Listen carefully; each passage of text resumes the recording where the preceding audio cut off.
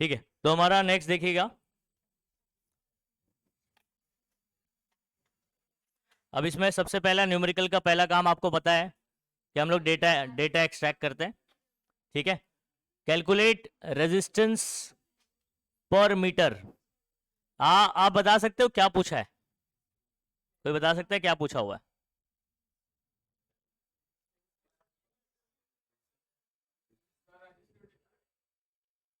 सोचो, इसमें छुपा है, जितना अंडरलाइन कर रहा हूं उसमें छुपा हुआ है। हाँ,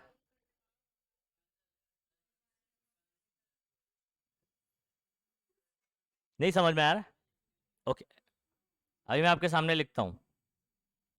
ये फॉर्मूला है, इसमें बता सकते हो रेजिस्टेंस पर यूनिट लेंथ क्या होगा?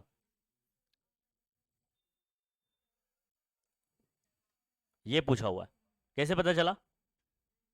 रेजिस्टेंस पर मीटर बोला हुआ है। क्या बोला है? रेजिस्टेंस पर। तो ये लेंथ का यूनिट क्या होता है? मीटर होता है ना। तो 1 मीटर का क्या रेजिस्टेंस होगा ये पूछ रहा है, तो R/L पूछा हुआ है। समझ आ रहा है? हाँ, तो इसके लिए फॉर्मूला क्या बन जाएगा अगर मैं ए को यहां भेजूंगा तो? ए इधर आ गया, रो बाय ए, तो R/L किसके बराबर होगा? रो बाय ए। तो आपको समझना है यहाँ पर। चलो डेटा लिखते हैं। ओके, तो हमको समझ में आ गया क्या पूछा हुआ है। R/L पूछा हुआ है at room temperature at constantan. Constantan का मेरे पास अलॉय है। क्या है? तो जो मतलब जो तार है वो एक आपका अलॉय है। समझ आ रहा है? अलॉय क्या होता है? हाँ, मिक्सचर ऑफ टू और मोर मेटल। नॉन मेटल भी आता है उसके अंदर, तो मेटल्स एंड नॉन मेटल्स। अच्छा, इसका डायमीटर 1.25 mm दिया हुआ है। मुझे तो रेडियस की जरूरत पड़ती है। आप बोलोगे सर रेडियस की जरूरत कहां पड़ती है? हाँ, एरिया के अंदर। देखो, एक तार होता है ना ये, तो इसका जो ये एरिया होता है ना, इसको अपन, ये जो ए है वो ये वाला एरिया है, जिसको हम लोग क्रॉस सेक्शनल एरिया भी बोलते हैं। क्या बोलते हैं? एरिया ऑफ क्रॉस सेक्शन या क्रॉस सेक्शनल एरिया। अच्छा, ये एरिया, साइड एरिया जो है वो कैसा दिखाई दे रहा है आपको? सर्कल दिखाई दे रहा है, सर्कुलर दिखाई दे रहा है। तो एरिया ऑफ सर्कल क्या होता है? πr²। पहले ही बात हो चुकी है इसके ऊपर हमारी। समझ आ रहा है? तो उसका डायमीटर गिवन है। तो डायमीटर तो अपने को नहीं चाहिए, अपने को क्या चाहिए? रेडियस चाहिए। तो हम लोग पहले डायमीटर लिखेंगे, उसके बाद उसको आधा कर देंगे तो रेडियस मिल जाएगा। आपको पता है डायमीटर का आधा कर दें तो रेडियस आ जाता है, पता है ना? द रेजिस्टिविटी ऑफ कॉन्स्टेंटन क्या गिवन है, जरा यहां देखना। रेजिस्टिविटी इज इतना दिया हुआ। सही है? 10 का पावर कितना है यहां पर? टेक्स्ट बुक में देखना जरा। -7। ओके, तो दिस इज रेजिस्टिविटी। रेजिस्टिविटी का क्या सिंबल है? रो। बस कहानी खत्म बच्चों। हमारे पास डेटा लिख देता हूं मैं शुरुआत से। मुझे डायमीटर गिवन है 1.25 mm, यानी क्या पढ़ेंगे बच्चों उसको? मिलीमीटर। क्या पढ़ेंगे? मिलीमीटर पढ़ेंगे। ठीक है। अच्छा, रेडियस निकालना है तो मुझे क्या करना पड़ेगा? इसका आधा करना पड़ेगा। तो मतलब d डिवाइड बाय क्या करना पड़ता है? 2। तो ये 1.25 mm ही लिखता हूं फिलहाल अभी। इसको 2 से डिवाइड कर देते हैं। तो ये 2 6 जा 12 कटेगा, 2 2 जा 4, 1 बचेगा। पॉइंट तो लगाइए, 0 बढ़ाएंगे, 2 5 जा। अच्छा, 0.625 mm। क्या आपको पता है? mm यानी मिलीमीटर क्या होता है? मिली की वैल्यू आपको याद रखना है। 10 का पावर -3, क्योंकि हमारा जो लेंथ कोई भी होगा ना वो मीटर में होना चाहिए। एसआई यूनिट क्या में होना चाहिए? सेंटीमीटर में गिवन होगा तो भी कन्वर्ट करना है, किलोमीटर में गिवन होगा तो भी कन्वर्ट करना है। आपको प्रीफिक्स की वैल्यू याद होना चाहिए। तो जैसे जैसे आप करते जाओगे उतना प्रीफिक्स आप यूज कर लो। तो मिली की वैल्यू याद कर लेना। ये जो आप mm पढ़ रहे हो, इसको ऐसे मत पढ़ो मीटर मीटर। मतलब मीटर मीटर नहीं है, और या मीटर मिली नहीं है। यूनिट इधर होता है, प्रीफिक्स पहले लगाया जाता है। तो ये आपका मिली है और ये मीटर है, और इसकी वैल्यू आपको याद रखना है। ऐसे ही आपका सेंटीमीटर में अगर गिवन होगा तो इसकी वैल्यू कितनी होती है? ठीक है। ऐसे ही किलोमीटर में गिवन होगा बच्चों, ज्यादातर यही सब यूज होते हैं, सेंटी, मिली, किलो। अंडरस्टूड? तो प्रीफिक्स की वैल्यू याद रखना है, करते करते आ जाएगा, कोई बात नहीं। अच्छा, तो ये मेरे पास आर आ चुका है। जिसको मैं यूज कर सकता हूँ। ये अभी डेटा ही चल रहा है, अभी तक सॉल्यूशन शुरू नहीं किया। रेजिस्टिविटी कितना गिवन है? 5.0, मतलब 5 ही लिख दो ना। 5 इंटू 10 का पावर बोलो -7 यूनिट, इसका ओम मीटर होता है, बात हो चुकी है। पूछा है अपने को रेजिस्टेंस पर मीटर, मतलब रेजिस्टेंस पर यूनिट लेंथ पूछा हुआ है। ठीक है, तो ये मेरे लिए क्वेश्चन मार्क है। सोल्यूशन शुरू करते हैं। सोल्यूशन में हमने रो का फॉर्मूला याद किया हुआ था भाई, आर ए बाय एल। तो अगर मैं इस ए को यहां भेज दूंगा तो rho by A is equal to क्या हो जाएगा? R by L. तो मुझे आर बाय एल पूछा है, देयरफॉर मैं आर बाय एल का डायरेक्ट फॉर्मूला लिख दे रहा हूं। हाँ, रो बाय ए,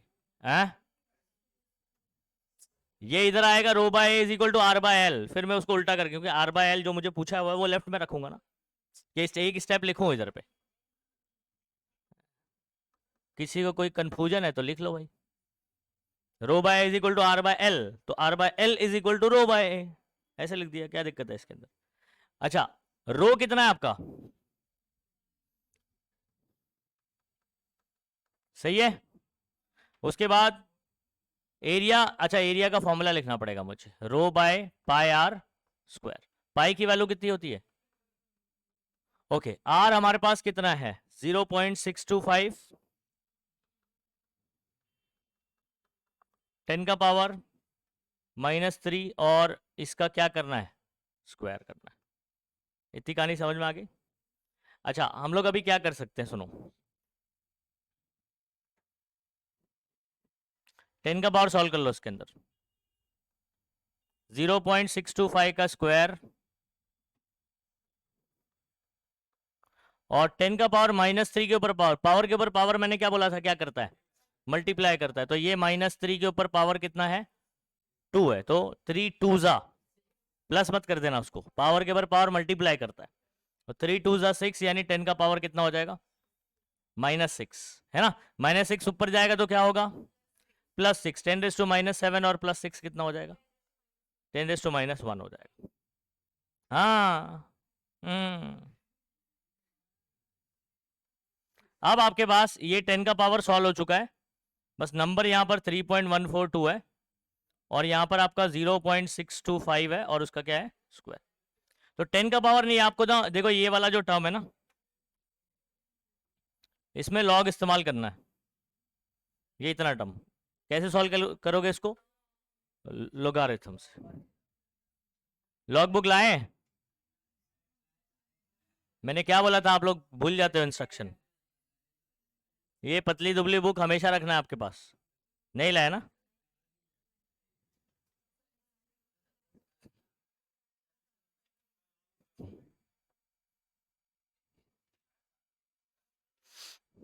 ओके। ऊपर वाले का लॉग माइनस क्या करते हैं अपन? अब नीचे मेरे पास एक ये नंबर है और इसका स्क्वायर वाला नंबर है, तो इसका लॉग,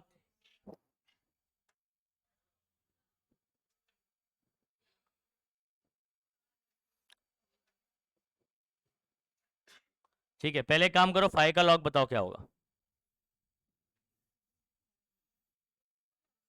0.50 का 0 में लॉग, यहाँ पर अभी नए बच्चों को नहीं आता होगा ना, जो लेट ज्वाइन है। एक, और किसको लॉग नहीं आता है? 2 3 4 5। मेरा लॉग का वीडियो फिजिक्स के इसमें पड़ा है, लोगारिथम। हाँ, वो पूरे वीडियोस कवर करने हैं आपको, तो बहुत सारे कवर करना पड़ेगा ना, तभी तुम गांव में घूम रही थी ना, अभी करना पड़ेगा कवर। 6990 आ गया, 6990 बराबर।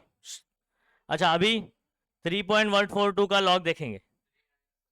0 पॉइंट, ये देखो, ये ऊपर वाले का लॉग अलग से देखना है आपको, नीचे वाला 0.4972 सही है।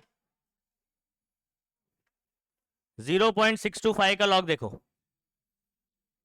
1 बार 2 इंटू क्यों कर दिया? पावर 2 है, पावर मल्टीप्लाई करते हैं अपन, ठीक है। बताओ 62 का 5 में, लॉग देखो कि इधर मेरी शक्ल देख रहे हैं। कैलकुलेटर से कर दो डायरेक्ट। 7959।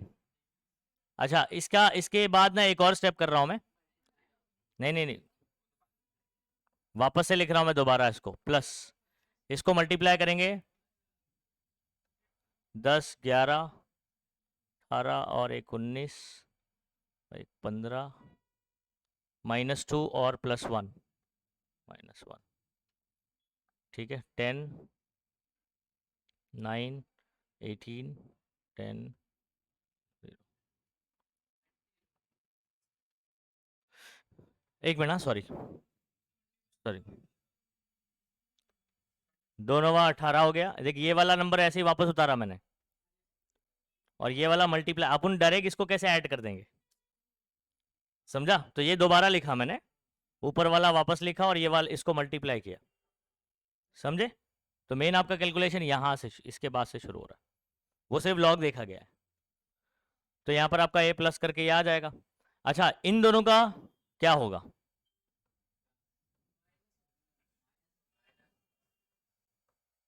बराबर, क्यों माइनस होगा? ये ऊपर वाले का लॉग है और ये नीचे वाले का लॉग है, दोनों के बीच में क्या है? तो लॉग में डिवाइड मतलब माइनस और मल्टीप्लिकेशन मतलब प्लस होता है। तो इन दोनों के बीच में मल्टीप्लिकेशन था, इसलिए इनको ऐड किया, और इसके बीच में क्या है? डिवाइड है, इसलिए क्या करेंगे? सब्ट्रैक्ट करेंगे। 0 - 0 0, 9 - 9 0, 1 6 0। 0.61 का 0 में देखेंगे एंटी लॉग, 4 0, लेफ्ट साइड से 1 के बाद पॉइंट और 10 का पावर, यहाँ जो भी होगा वो लिखना होता है।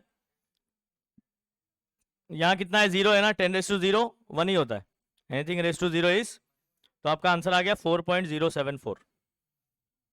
क्या आंसर आया? और 10 का पावर -1, आपको ये क्या 0.4074 दिया आंसर? हाँ, 0.41 दिया है ना, तो वही ना पॉइंट, अगर मैं एक पीछे लूंगा तो क्या होगा बताओ?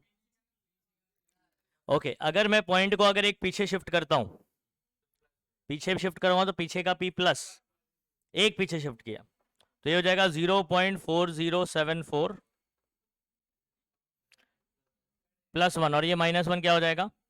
तो आपका आंसर क्या आ गया? 0.4074 रेजिस्टेंस पर यूनिट लेंथ। देखो, ओम पर मीटर यूनिट लिखोगे, क्या लिखोगे? रेजिस्टेंस का यूनिट ओम और लेंथ का यूनिट तो ओम पर मीटर। आराम से समझ में आता है, फॉर्मूले से ही समझ आता है क्या यूनिट लिखना चाहिए। चलिए जल्दी करेंगे। अच्छा, नए बच्चों का भी ये लॉग का कैलकुलेशन अभी नहीं समझ में आएगा, तो आपको इसको लॉग का वीडियो देखना पड़ेगा। कहाँ मिलेगा आपको? फिजिक्स वाले, फिजिक्स का फर्स्ट चैप्टर जहाँ पर है ना, उसमें आपको मिल जाएगा, लोगारिथम लिखा होगा, तो वो आपको वीडियो कवर करना है। ठीक है, अगला फॉर्मूला हम लोग देखेंगे बच्चों।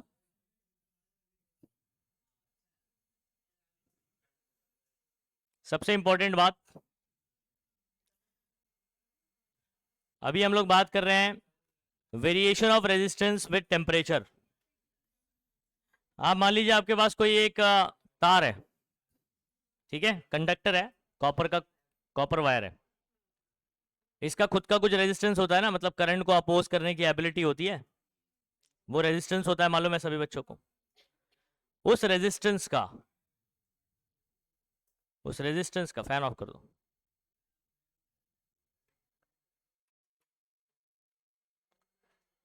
ठीक है, हमारे पास क्या है? एक कॉपर का तार है, इसका खुद का कुछ रेजिस्टेंस होगा, आप सभी बच्चों को मालूम है, करंट को रोकने की एबिलिटी होगी, कंडक्टिविटी भी होती है, रेजिस्टिविटी भी होती है, रेजिस्टेंस भी होता है, कंडक्टेंस भी होता है। जब हम लोग इसको हीट करते हैं, क्या करते हैं, मतलब इसका टेम्परेचर बढ़ाते हैं, तो रेजिस्टेंस में क्या चेंज आएगा? ठीक है, तो इसको दूसरे एक एग्जांपल से समझते हैं। देखो, जिस तरीके से आप लोग ऐसे बैठे हुए हैं ना, ठीक है, उसी तरीके से कंडक्टर के अंदर, कंडक्टर किससे बना हुआ है? जैसे कॉपर है, कॉपर एक एलिमेंट है, पता है आपको, एलिमेंट का स्मॉलेस्ट पार्टिकल क्या होता है? एटम। समझ आ रहा है? तो ये जो कॉपर का आपके पास तार दिखाई दे रहा है, ये एक एलिमेंट है जो कि बहुत ही छोटे छोटे पार्टिकल से मिलकर बना हुआ है, और वो सबसे माइन्यूट पार्टिकल कौन होगा? एटम होगा। कॉपर के छोटे छोटे एटम से मिलकर पूरा कंडक्टर बना हुआ है। अंडरस्टूड? अच्छा, ये किसी पर्टिकुलर टेम्परेचर पर, कोई भी टेम्परेचर हो, उस पर क्या होंगे, वाइब्रेट होते रहते हैं अपनी जगह पर। ठीक है, तो जैसे क्लासरूम में आप ऐसे बैठे हो, तो आपने एक क्लासरूम बनाया हुआ है पूरा, वैसे ही एटम्स ने पूरा एक कंडक्टर बनाया हुआ है। अंडरस्टूड? लेकिन आप कैसे शांति से बैठे हो ना। ठीक है, अगर मैं अभी टेम्परेचर थोड़ा बढ़ा दूं ना, पर मतलब एसी बंद कर दूं, तो आपको पता है टेम्परेचर बढ़ जाएगा, नहीं? ठीक है, या सबके बेंच के नीचे आग लगा दूं, बराबर है? तो आप मुझे बताओ, आप जगह पे इतनी शांति से बैठोगे? नहीं बैठोगे। ठीक है, या दूसरा ही ना, एसी बंद कर दो तो आपको पता है कि गर्मी बढ़ने लगेगी, है ना? अच्छा, अब शांति भंग हो जाएगी आपकी, नहीं? तो अब क्या होगा, बातचीत चालू हो जाएगी, ठीक है, मारना कूटना चालू हो जाएगा। ठीक है, तो इसी तरीके से इस कंडक्टर के अंदर जो एटम्स बैठे हुए हैं, जब आप टेम्परेचर बढ़ाते हो तो उनका वाइब्रेशन भी क्या हो जाता है, बढ़ जाता है। वाइब्रेशन क्या हो जाता है, बढ़ जाता है। अब इसके अंदर आपको पता है, इलेक्ट्रिसिटी कंडक्ट करने के लिए इलेक्ट्रॉन को एक जगह से दूसरी जगह जाना पड़ता है। किसको जाना पड़ता है? करंट कौन कंस्टिट्यूट करता है भाई? इलेक्ट्रॉन करता है। तो flow of electron, flow of charge, ठीक है, पर यूनिट टाइम, यही तो करंट होता है। तो इलेक्ट्रॉन को अगर यहां से वहां जाना है, अंडरस्टूड? अभी फॉर एग्जाम्पल अगर मुझे यहां से वहां जाना है ऐसे, अभी आप शांति से बैठे तो मैं आराम से जा सकता हूँ ऐसे, तो अभी रेजिस्टेंस कम है, रुकावट कम पैदा करोगे आप लोग, है ना? हो सकता है एक आध लोग लिए लड़कों में टांग पकड़ ले कोई मेरी, नहीं आ रही बात समझ में? लेकिन आप अभी इतना वाइब्रेट नहीं कर रहे हो, है ना? थोड़ा बहुत ही हलचल है। लेकिन ए सुनो, एसी बंद कर दिया जाए, ठीक है, तो आपका वाइब्रेशन क्या हो जाएगा, बढ़ जाएगा। समझ आ रहा है? अब मुझे अगर वहां जाना है तो कोई ना कोई ऐसे वाइब्रेट कर रहा होगा, टकराएगा, नहीं आ रही बात समझ में? तो टेम्परेचर बढ़ाने से, टेम्परेचर बढ़ाने से क्या चीज हो रही है, रेजिस्टेंस के साथ क्या होगा, रेजिस्टेंस भी बढ़ रहा है, रुकावटें भी क्या हो रही है, बढ़ रही। नहीं समझे बात को? टेम्परेचर बढ़ाऊंगा तो आपका वाइब्रेशन बढ़ जाएगा, और अब इलेक्ट्रॉन एक जगह दूसरी जगह जाना है तो जा नहीं पाएगा, यानी रुकावट क्या हो जाएगी, बढ़ जाएगी। रुकावट कौन है, रेजिस्टेंस ही है। तो मतलब टेम्परेचर बढ़ाने से रेजिस्टेंस क्या होता है, बढ़ता है। कौन से केस में? कंडक्टर वाले केस में। कौन से केस में? सेमीकंडक्टर में ऐसा नहीं होता है। सेमीकंडक्टर की कहानी थोड़ा सा अलग है, मुख्तलिफ है। समझ आ रहा है? क्योंकि उसके अंदर टेम्परेचर हीट जब करते हैं ना, तो नए इलेक्ट्रॉन्स और बॉन्ड से टूट कर आते हैं, तो एक्चुअल में वहां पर रेजिस्टेंस कम हो जाता है। टेम्परेचर बढ़ाने में वहां पर रेजिस्टेंस क्या हो जाता है, कम। तो याद रखिए, कंडक्टर के लिए बोल रहा हूँ। किसके लिए बोल रहा हूँ ये? सेमीकंडक्टर के लिए बात नहीं हो रही है। तो किसी कंडक्टर के लिए टेम्परेचर बढ़ाने पर रेजिस्टेंस भी क्या होता है, बढ़ता है। तो यहां पर आपको हेडिंग में क्या दिखाई दे रहा है, वेरिएशन ऑफ रेजिस्टेंस, यानी रेजिस्टेंस का वेरी होना, चेंज होना विद टेम्परेचर। शॉर्ट में कैसे लिखोगे इसको, एक पॉइंट में कंक्लूड करना है हमको। तो यहां पर हमारे पास है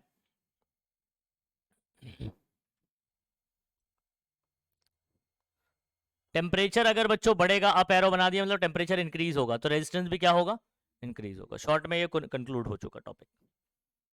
क्लियर है सभी बच्चों को? बोलो, टेम्परेचर बढ़ाएंगे तो रेजिस्टेंस भी बढ़ेगा। अच्छा, अगर इन दोनों का डायरेक्ट रिलेशन है, तो हमारे पास कुछ फॉर्मूला भी तो होना चाहिए जो इसका लीनियर रिलेशन बताए, लीनियरली इंक्रीज कर रहा है। ठीक है, तो हमारे पास यहां पर ये एक रेजिस्टिविटी वाला फॉर्मूला है। ऐसे ही आपका रेजिस्टेंस का फॉर्मूला भी बन जाता है, R is equal to R naught bracket 1 plus alpha, और इसको आप समोसा टी बोल सकते हो या टी माइनस टी नॉट बोल सकते हो। अब मैं बताता हूं ये आया कैसे। ठीक है, ठीक है, तो हम लोग जो है ना एक और चैप्टर पढ़ेंगे,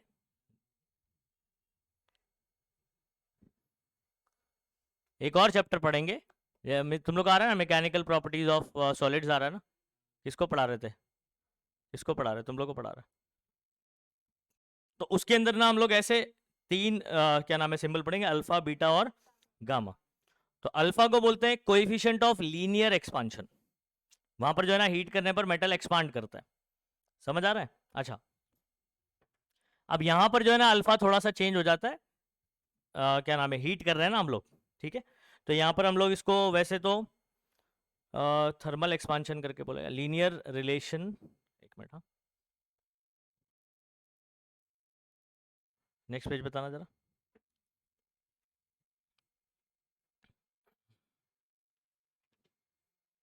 कोएफिशिएंट ऑफ रेजिस्टिविटी बोला है ना, हाँ, टेम्परेचर कोएफिशिएंट बोलेगा, क्या बोलेगा इसको, टेम्परेचर कोएफिशिएंट। अब इसका फॉर्मूला हमारा क्या बनता है, मैं आपको बता रहा हूं इसका फॉर्मूला, वहां से ये वाला बना के बताऊंगा आपको, ठीक है। तो यहां पर लिख रहा हूं R माइनस आर नॉट, ठीक है, और अपॉन आर नॉट, और इधर पे समोसा टी, ठीक है।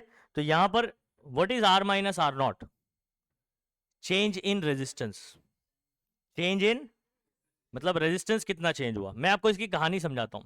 हमारे पास एक तार है, ठीक है बच्चों, इसका टेम्परेचर अभी मान लीजिए 0 डिग्री सेल्सियस है, कितना है, और ये जो 0 डिग्री आप इसको टी नॉट मान लीजिए, इनिशियल, ये रेफरेंस टेम्परेचर भी बोला जाता है इसको, क्या बोला जाता है, ये इनिशियल टेम्परेचर आपका कुछ भी हो सकता है, 0 डिग्री भी हो सकता है, 10 डिग्री हो सकता है, 15 डिग्री हो सकता है, कुछ भी हो सकता है। तो मैंने अभी मान लिया कि शुरुआत में टेम्परेचर आपका कितना है, 0 डिग्री। तो टेम्परेचर 0 डिग्री मतलब आपको पता है कि कम टेम्परेचर है, यहां पर इस पे रेजिस्टेंस जो होगा वो क्या मान लेते हैं, R naught, understood, R naught, ठीक है, आर जीरो जो है इसको नॉट पढ़ा जाता है, ठीक है। तो आर नॉट और ये कौन हो गया, टी नॉट।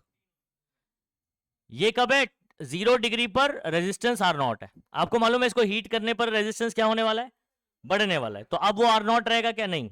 अब बोलेंगे सर आर नॉट कोई नंबर हो सकता है, 10 ओम 20 ओम, समझ आ रहा है, कोई नंबर हो सकता है। जब आप हीट करोगे तो नंबर क्या हो जाएगा, बढ़ जाएगा। तो मान लीजिए इसको आपने हीट किया और टेम्परेचर इसका हो गया है कोई टी, 10 डिग्री हो सकता है, 20 डिग्री, 50 डिग्री, जो भी टेम्परेचर पर आप हीट करो। तो पहले टी नॉट था, बाद में क्या हो गया टी, और ये टी वाला इससे ज्यादा टेम्परेचर होगा, समझ आ रहा है, नंबर ले सकते हो आप 10 डिग्री सेल्सियस बोल सकते हो, कोई दिक्कत नहीं है, समझ आ रहा है। अच्छा, अब इसका रेजिस्टेंस बढ़ जाएगा ना बच्चों, इसका रेजिस्टेंस आप आर बोल दो, टेम्परेचर टी पर रेजिस्टेंस क्या हो गया, आर। अब अगर मैं आपसे ये पूछूं, नंबर दे देता हूं, फॉर एग्जांपल ये 10 ओम, और फॉर एग्जांपल ये आपका हो गया 20 ओम, ओके, और ये 0 डिग्री है, वो 10 डिग्री है। मैं अगर आपसे पूछूं कि टेम्परेचर में चेंज कितना हुआ है, 10 डिग्री, सही है, कितना, कैसे पता चला, 10 माइनस 0, फाइनल माइनस क्या करने का, इनिशियल, डिफरेंस निकालने का। तो 10 माइनस 0 0 आ गया। अच्छा, रेजिस्टेंस में चेंज कितना आया, 10, क्या किया उसके लिए, 20 माइनस 10, तो 10 आया, आई बात समझ में। तो basically this minus this is change in resistance, कौन है ये, अच्छा, this minus this, change in temperature, इसको हम लोग बोलते हैं समोसा टी। हाँ देख, बराबर आवाज निकाला उसने, समोसा टी।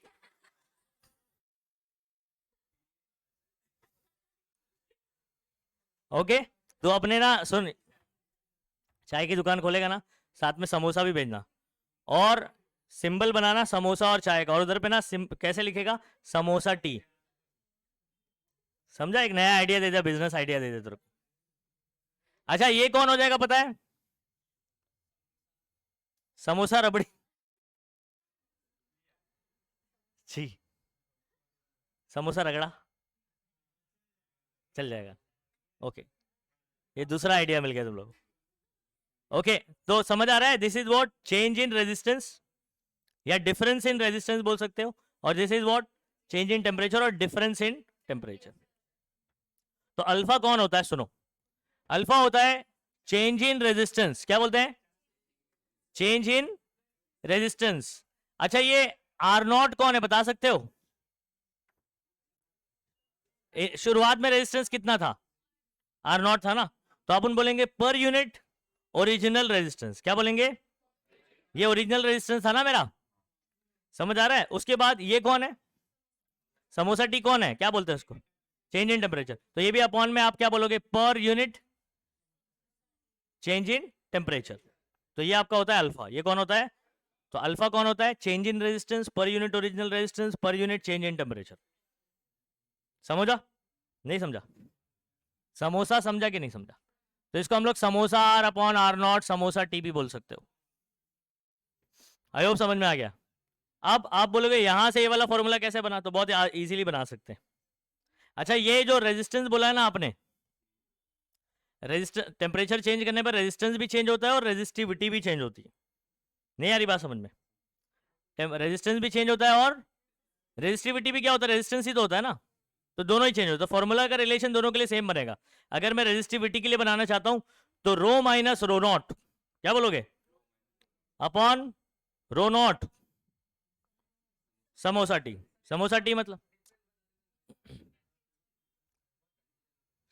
सुनो, रेजिस्टेंस जो है ना वो मटेरियल का अगर डायमेंशन चेंज होगा तो वो चेंज हो जाएगा रेजिस्टेंस, एरिया बदल गया या लेंथ बदल गया। लेकिन रेजिस्टिविटी मटेरियल कितना भी बड़ा हो, तो आप कितनी बात करोगे, उसका लेंथ 1 मीटर और एरिया कितना 1 मीटर स्क्वायर, तो यूनिट एरिया और यूनिट लेंथ का जितना रेजिस्टेंस होगा दैट विल बी रेजिस्टिविटी। नहीं समझे बात को? मेरे पास एक कोई तार है फॉर एग्जांपल, बहुत मोटा है बहुत लंबा है, ठीक है। अब सुनो, इसमें यूनिट लेंथ मान लो इतना आ रहा है सिर्फ, ये 1 मीटर है, कितना है, और इसका ये जो एरिया है ये 1 मीटर स्क्वायर है, समझे, तार बहुत बड़ा है आपके पास। इसका जो रेजिस्टेंस होगा ना, यूनिट लेंथ और यूनिट एरिया का जो रेजिस्टेंस होगा वही मेरा रेजिस्टिविटी होगा। नहीं आ रही बात समझ में? इतने तार का, तार कितना भी हो, अच्छा रेजिस्टेंस क्या होगा, ये पूरे तार का, दैट विल बी डिफरेंट। तो ये किसी मटेरियल, अगर मटेरियल सेम है, मैं आपको दो तार दे दूं, समझ में आ रहा है, मैंने आपको दो तार दे दिया, एक इतना बड़ा दे दिया और एक ऐसे दे दिया, एरिया भी अलग है, इनका लेंथ भी अलग है, इनका क्या सेम होगा पता है, अगर मैं बोल रहा हूं कि ये भी कॉपर है और ये भी क्या है, मटेरियल सेम है, तो रेजिस्टिविटी सेम होगा, रेजिस्टेंस विल बी डिफरेंट, क्योंकि रेजिस्टेंस लेंथ और एरिया पर डिपेंड करता है, और रेजिस्टिविटी यूनिट लेंथ और यूनिट एरिया वाले का रेजिस्टेंस होता है। समझ में आ रहा नहीं आ रहा है? तो रेजिस्टिविटी मटेरियल सेम है तो सेम होता है, रेजिस्टेंस लेंथ और एरिया के हिसाब से बदलेगा। अंडरस्टूड?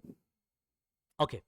अब आगे की कहानी कुछ मुझे ऐसे बतानी है आपको, ये वाला फॉर्मूला बता दिया मैंने कि अल्फा का फॉर्मूला क्या होगा, change in resistance per unit original resistance per unit change in temperature. क्या बोला मैंने वापस से, samosa R upon R naught और समोसा टी अपॉन में, ठीक है। अब इसको देखो मैं कैसे सॉल्व करता हूं, हाँ, यहां से ये वाला फॉर्मूला कैसे निकलेगा देखो। पहले एक काम करो, ये जो अपॉन में ना ये पूरा, इसको यहां भेजिए, क्या हो जाएगा, alpha R naught T minus T naught is equal to क्या बचेगा, सही है, माइनस आर नॉट को यहां भेजिए, क्या हो जाएगा, प्लस आर नॉट, तो प्लस पहले लिख दो और इसके पहले भी कुछ नहीं है मतलब प्लस ही है, तो plus alpha R naught T minus T naught is equal to what. अब बताओ इन दोनों में कॉमन क्या है, आर नॉट है ना, तो अगर मैं आर नॉट कॉमन ले लेता हूं, 1 बचेगा इधर पे, प्लस अल्फा और इधर पे T minus T naught is equal to R is equal to R naught bracket 1 plus alpha T minus T naught, ये फॉर्मूला बन जाता है। अंडरस्टूड? ठीक है। और मैं आपको ना थोड़ा सा इक्वेशन ऑफ स्ट्रेट लाइन किसको पता है, equation of straight line m x plus c, नहीं मालूम, अभी तक का नहीं आया, y is equal to M x plus c आप लोग ने लोअर क्लास में भी पढ़ा होगा, नहीं पढ़ा स्ट्रेट लाइन का इक्वेशन, कोई बात नहीं कोई बात नहीं,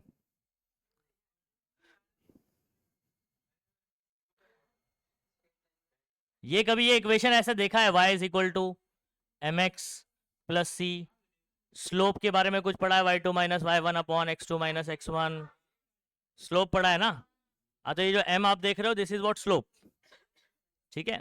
अब इस इक्वेशन को थोड़ा सा हम लोग कंपेयर करने जा रहे हैं y is equal to M x plus c से, क्योंकि लीनियर रिलेशन है इनके बीच में, ठीक है। तो आप पेंसिल से चाहें तो ये स्टेप लिख सकते हो, ये आया कैसे, यहाँ पर डायरेक्ट लिखा हुआ है ना, तो ये अल्फा के फॉर्मूले से बनाया जाता है।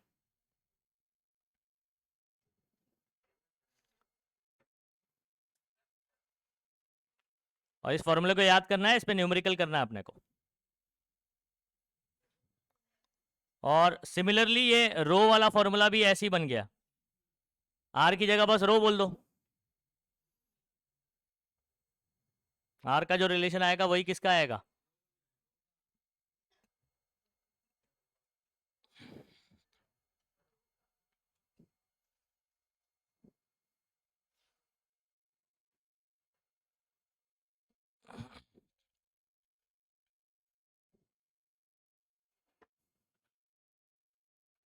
लीनियर रिलेशन का क्या मतलब होता है अभी आपको समझाता हूं मैं।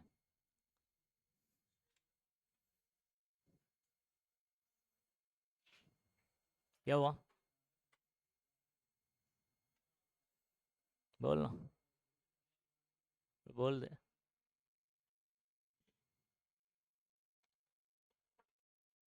वैसे बाद में इन्होंने अल्फा का फॉर्मूला लिखा हुआ है, लेकिन मैंने पहले ही आपको बता दिया कि अल्फा के फॉर्मूले से सॉल्व करके ही आया। अभी सुनेंगे सही बच्चे, मिटा दूं इसको,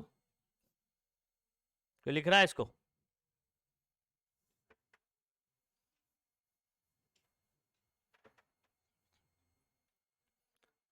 अब मेरे पास है R is equal to R not.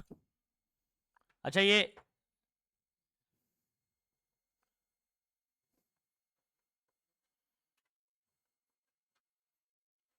भी आपको समझ आ रहा है ना, रो और आर नॉट सेम फॉर्मूला बनने वाला है। अगर ये रो नॉट को अंदर भेज दिया तो क्या होगा बच्चों?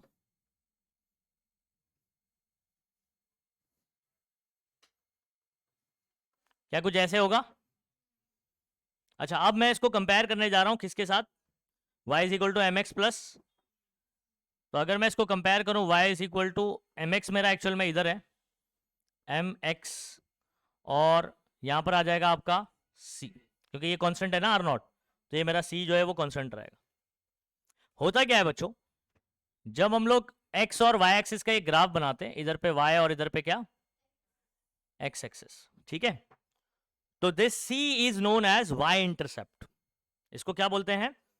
y intercept. अब y इंटरसेप्ट क्या होता है सुनो, y इंटरसेप्ट ये होता है कि आपका जो ग्राफ बनेगा लीनियर सीधा स्ट्रेट लाइन वाला ग्राफ, वो आपका y एक्सिस पर इतने नंबर पे कट करेगा। फॉर एग्जांपल अगर इसकी वैल्यू 2 है, तो यहां पर आपका ये y एक्सिस पर यहां पर कोई नंबर आप ले लोगे यहां पर, ठीक है, तो ये एक्चुअल में होता है, ये वैल्यू c होता है। क्या होता है ये? c। और ग्राफ फिर यहां से ऐसे शुरू होगा, ऐसे रिलेशन चलेगा। अंडरस्टूड? तो आप मुझे बताओ, अगर ये c मेरा y इंटरसेप्ट है, तो c की जगह यहां पर कौन है? R naught. तो इधर पे कौन आना चाहिए? आर नॉट आना चाहिए। मतलब ये वैल्यू आपकी क्या होगी? Are not. वाई एक्सिस पर मैं लेने वाला हूं रेजिस्टेंस, ठीक है, और एक्स एक्सिस पर मेरा देखो क्या आने वाला है, इसको ध्यान रखेंगे आप, ठीक है। एक्स एक्सिस पर हम लोग रखने वाले हैं टेम्परेचर। क्या रखने वाले? टेम्परेचर रखने वाले। तो यहां पर आपका ये जो एक्स देख रहे हो, ठीक है, देखो यहां पर अगर आप देखोगे ना, राइट साइड में आप इसमें देखोगे ना, यहां पर क्या लिया हुआ है? रेजिस्टिविटी लिखा है, या रेजिस्टेंस भी ले सकते हैं अपन, रेजिस्टिविटी ले सकते हैं या तो, और एक्स एक्सिस पर आप देख रहे हो यहां पर क्या लिखा हुआ है? टेम्परेचर दिया हुआ है। समझ आ रही बात? तो यहां पर मेरा स्लोप कौन हो जाएगा? ठीक है, अगर मैं इधर पे एक ट्रायंगल बनाता हूं,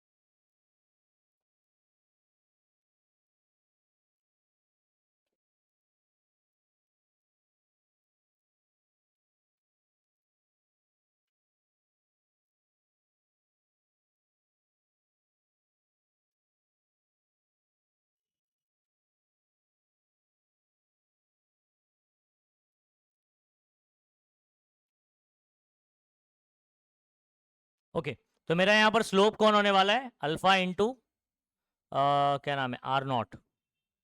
तो दिस इज योर स्लोप। इसको मैं और इस विस्तार से बताता हूं। फिलहाल ना आप ऐसे लिख लीजिए, आपका एक्स एक्सिस पर कौन होगा यहां पर? टी माइनस टी नॉट, ठीक है, मतलब टेम्परेचर रहेगा। और स्लोप आपका यहां पर कौन है? R naught alpha. कौन है? R naught alpha. सी की जगह कौन आ रहा है? आर नॉट आ रहा है। वाई एक्सिस पर आपका कौन है? रेजिस्टेंस। अच्छा, रेजिस्टेंस या रेजिस्टिविटी दोनों चल जाएगा। समझ आ रहा है? आपको यहां पर रेजिस्टिविटी वाला दिया हुआ है, इसलिए ग्राफ भी कौन सा दिया हुआ है? रेजिस्टिविटी। एक बार दोबारा मैं इसको एक्सप्लेन करूंगा, एक बार में सीधा समझ में नहीं आएगा। ये वाली चीज लिख लो आप, ठीक है, पेंसिल से वहां पर लिख लो। ग्राफ बनाने की जरूरत नहीं है, अभी मैं जो टेक्स्ट बुक का ग्राफ है ना वहां पर एक्सप्लेन करता हूँ, टेक्स्ट बुक वाला ग्राफ एक्सप्लेन करता हूँ।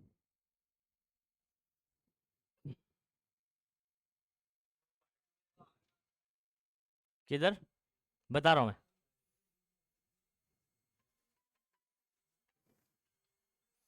एक्स एक्सिस पर हमने टेम्परेचर लिया हुआ है, वाई एक्सिस पर हमने रेजिस्टेंस लिया हुआ है या रेजिस्टिविटी लिया हुआ है, ऐसा है। फिर क्या बोल रहे हो, बता रहा हूँ। ये लिखा, इतना इतना कंपैरिजन लिखा। अभी ग्राफ टेक्स्ट बुक वाला एक्सप्लेन करता हूं मैं।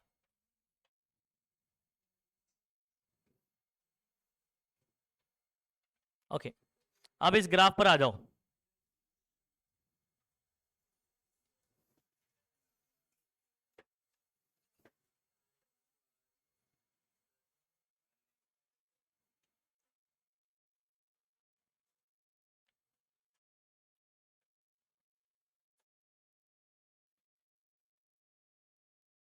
Okay,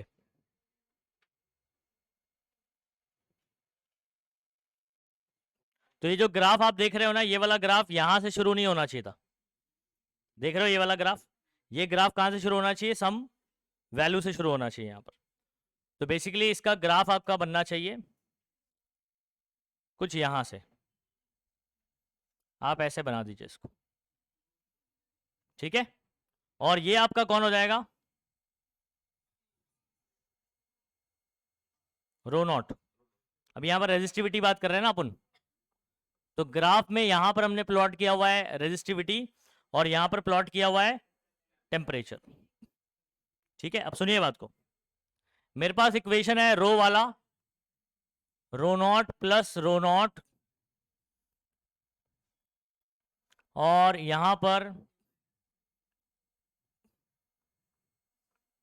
T minus T not, एक मिनट, हाँ, अल्फा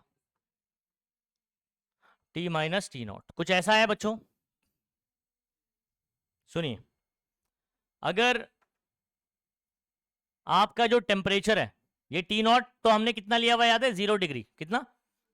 अगर मान लो ये जो टी टेम्परेचर है, ये भी मैं बोल रहा हूँ 0 डिग्री पर ही आपका रेजिस्टेंस रेजिस्टिविटी कितना होगा, कितने पर, 0 डिग्री पर। नहीं समझे बात को, टी नॉट आपका कौन है, रेफरेंस टेम्परेचर जो कि 0 डिग्री है, और आप उसी टेम्परेचर पर रेजिस्टिविटी निकालना चाहते हो अकॉर्डिंग टू दिस इक्वेशन। ये इक्वेशन मेरे पास है ऑलरेडी। ये कहां से आया इक्वेशन, अभी पुराना देखा ना आपने। मैं आपको बोलता हूं कि टेम्परेचर आपका जो फाइनल टेम्परेचर है वो 0 डिग्री सेल्सियस है, और आपका इनिशियल भी क्या था, मतलब आप उसी टेम्परेचर पर रेजिस्टिविटी निकालना चाह रहे हो जिस टेम्परेचर पर आप इनिशियली हो। तो अगर मैं इसकी जगह 0 पुट करता हूं, 0 माइनस 0 क्या हो जाएगा, तो डिफरेंस कितना आ गया, 0, 0 इंटू ये पूरा टर्म को खा जाएगा। ओके, अरे खा भी गया, तो ये टर्म क्या हो जाएगा बच्चों, तो आप सुनो, at T is equal to 0 अगर पुट करता हूं तो ये पूरा टर्म खत्म हो जाएगा। आपका रो की वैल्यू कितनी आ जाएगी, रो नॉट आ जाएगी। अरे भाई, रो नॉट प्लस ये वाला टर्म है, तो ये टर्म खत्म हो गया, ये रो नॉट तो बचेगा ना। नहीं समझे बात को, अब इसको प्लॉट करते हैं। टेम्परेचर आपका क्या है, 0, 200, 400, 600 ऐसे करके टेम्परेचर बढ़ रहा है। अच्छा, जब टेम्परेचर 0 था तो मेरा जो रेजिस्टिविटी आया वो रो नॉट आया, कितना आया। अब मान लीजिए वो रो नॉट आपका इधर पे 3 वैल्यू ले लेता हूं, मान लीजिए रो नॉट की वैल्यू कितनी है, 3 है। तो जब आप 0 बोलोगे तो यहां पर कितना आ रहा है, 3। तो आपका ग्राफ यहां प्लॉट होना चाहिए था कि नहीं, नहीं आ रही बात समझ में। तो इसके अंदर आपका एक मिस्टेक है, अंडरस्टूड, टेक्स्ट बुक के अंदर आपका एक मिस्टेक है। तो ग्राफ जो है वो ओरिजिन से शुरू नहीं होगा, ठीक है, सम वैल्यू से शुरू होगा, समझे, इतनी बात समझ में आ गई। अच्छा, उसके बाद आगे सुनो, जैसे ही मैं टेम्परेचर बढ़ाना शुरू करूंगा ये टी, तो ये भी वैल्यू कुछ आएगी और वो इसमें ऐड होती जाएगी, ठीक है। तो आप कोई भी टेम्परेचर पे बात करोगे तो आपका जो रो रहेगा वो क्या होगा, रो नॉट प्लस समथिंग रहेगा।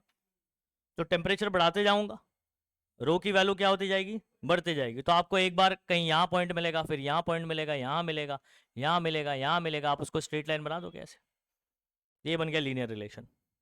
तो उस ग्राफ में वैल्यूज पुट करते करते करते करते आपके ऐसे कुछ पॉइंट्स मिलेंगे जिसको प्लॉट, उसके बाद मिला देंगे तो ऐसा आपको स्ट्रेट लाइन मिलेगा।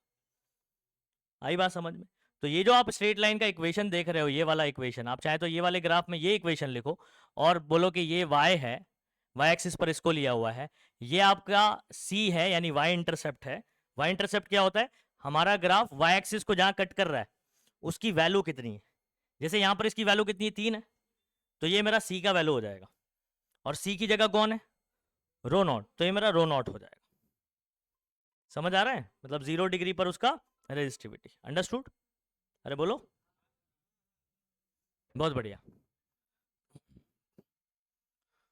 और टेम्परेचर इन्होंने क्या लिया हुआ है? केल्विन लिया है ना, एक मिनट को, केल्विन लिया है ना। अच्छा, उसके अकॉर्डिंग जो है ना, हाँ, 0 केल्विन पर रेजिस्टिविटी 0 हो जाता है। कितना? 0 केल्विन पर, मतलब जब टेम्परेचर, अपन मैं डिग्री में बात कर रहा हूँ, ठीक है? तो 0 डिग्री पर ऐसा नहीं होता। जब आप 0 केल्विन में बात करते हो तो टेम्परेचर क्या हो सकता है? 0 हो सकता है, सॉरी, रेजिस्टिविटी क्या? हाँ, तो पहुंचे नहीं है तो 10 लैब में जो है वो 10⁻⁻8 तक तो पहुंचे। समझ आ रहा है? तो 0 के करीब पहुंच चुके हैं, एब्सोल्यूट 0 नहीं हुआ है, अचीव नहीं हुआ। ओके, ये मेरे लिए कौन हो गया? रो नॉट अल्फा कौन हो गया बच्चों? एम। याद रखिए ये एम कौन है आपका, और एक्स की जगह कौन आ गया है? T minus T. अच्छा, अब रही बात स्लोप, आप बोल रहे थे ना कि सर स्लोप जो है वो तो होता है y2 minus y1 upon x2 minus x1, सही है? ठीक है, अब मैं देखो क्या करने जा रहा हूं, मैं एक ट्रायंगल बना लेता हूं। क्या बना ले रहा हूं? एक, कहीं पर भी बना सकते हो आप ट्रायंगल, कोई दिक्कत नहीं। ये ट्रायंगल बनाने के बाद ये वाले कॉर्नर पर जो भी टेम्परेचर की वैल्यू होगी वो टी बोल दो, और 0 पर यहां पर जो टेम्परेचर की वैल्यू होगी वो क्या होगी? T not. क्या बोलेंगे? इसमें बताओ ये डिफरेंस कितना होगा? ये, अबे नंबर मत देखो यार, ये बड़ा है और ये छोटा है ना, तो ये डिफरेंस कितना होगा? जैसे मैं इधर पे मान लो 10 नंबर दे दूं, ये 0 है, तो डिफरेंस कितना आ गया? 10 आ जाएगा, तो टी माइनस टी नॉट है। अच्छा, इधर आ जाता हूं,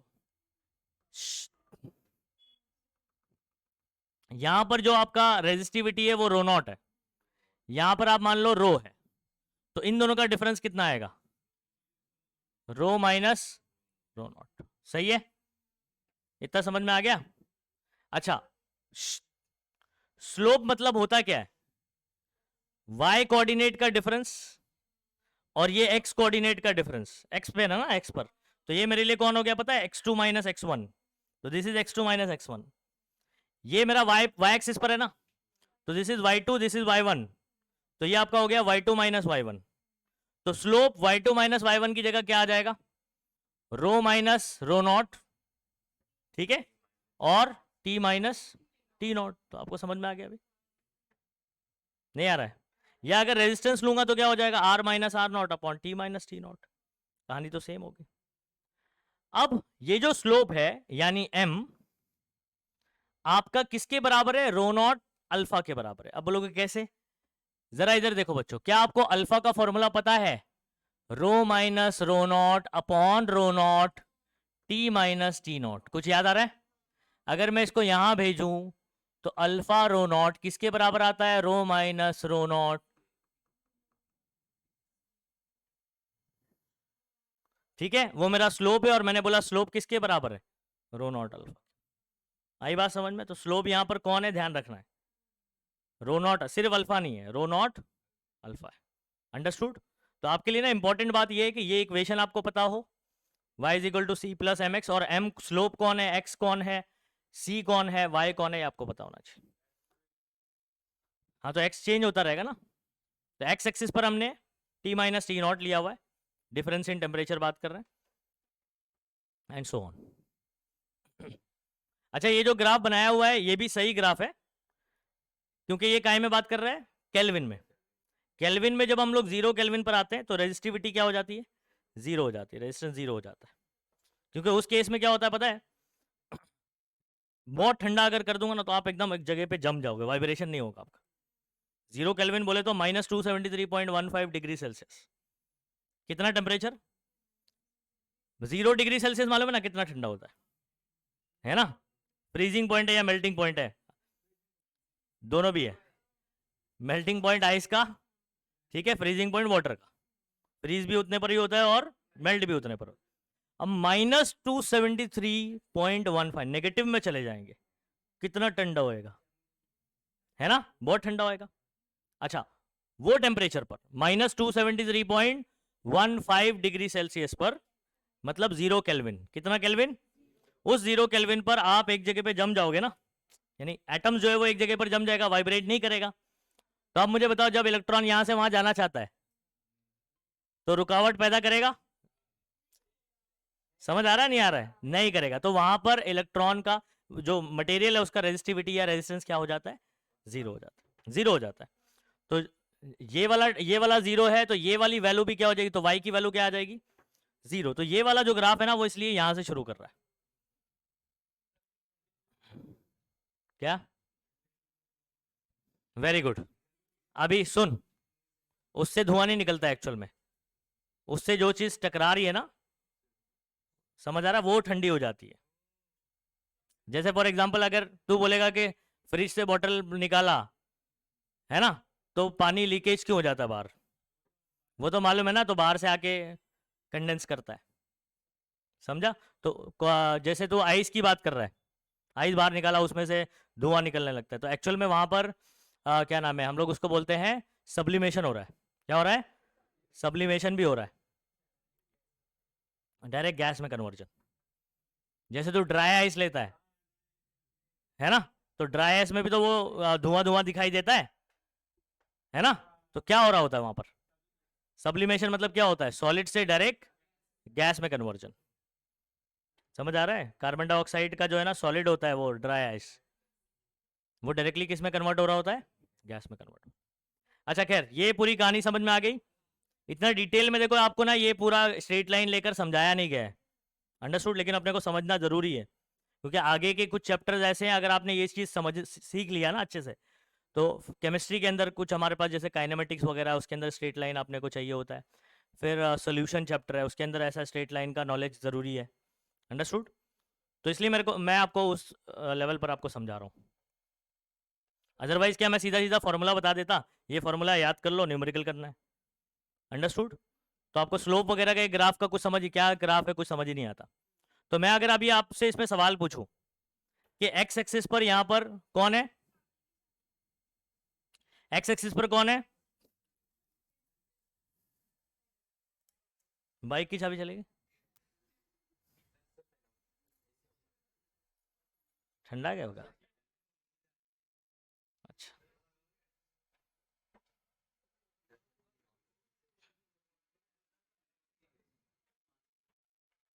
ए सुनो, अभी मेरा सवाल सुनो। हाँ, जो मैंने यहां पर लिखाया था, एक्स्ट्रा चीज लिखा था तुम लोग ने,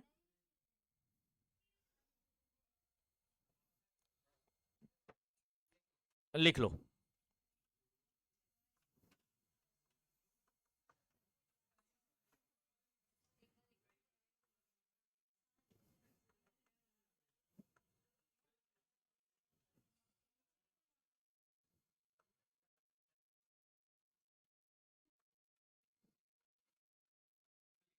बस यही लिखना है, और क्या लिखना है?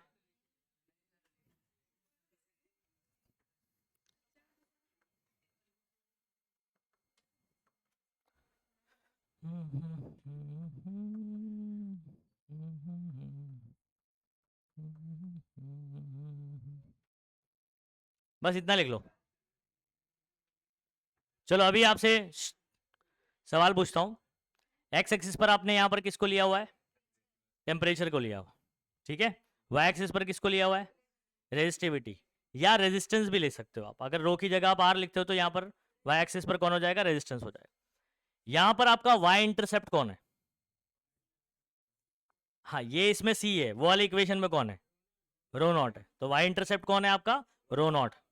अच्छा, स्लोप कौन है? इसमें से नहीं बताना है, उसमें से बताना है, अल्फा रो नॉट। और अगर आर का इक्वेशन रहा तो R naught, that will be your slope. नहीं आ रही बात समझ में? तो जो कॉम्पिटेटिव में आपको पूछा जा सकता है वो ये सब सवाल पूछा जा सकता है, ठीक है।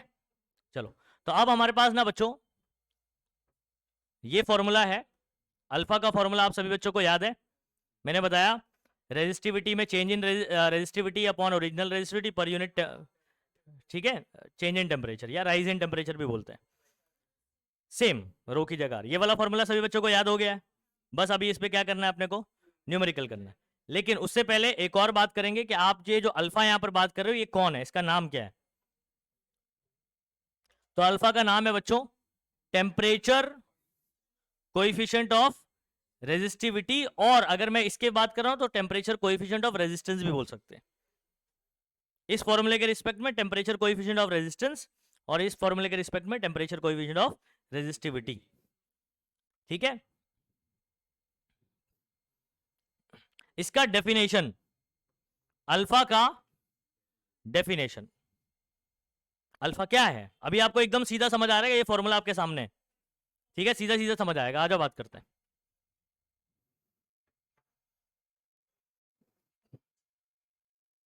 नाम याद हुआ, अल्फा का नाम बोलो, टेम्परेचर कोएफिशिएंट ऑफ रेजिस्टिविटी, ठीक है। आप देखो ये डेफिनेशन है, ये इसका डेफिनेशन है,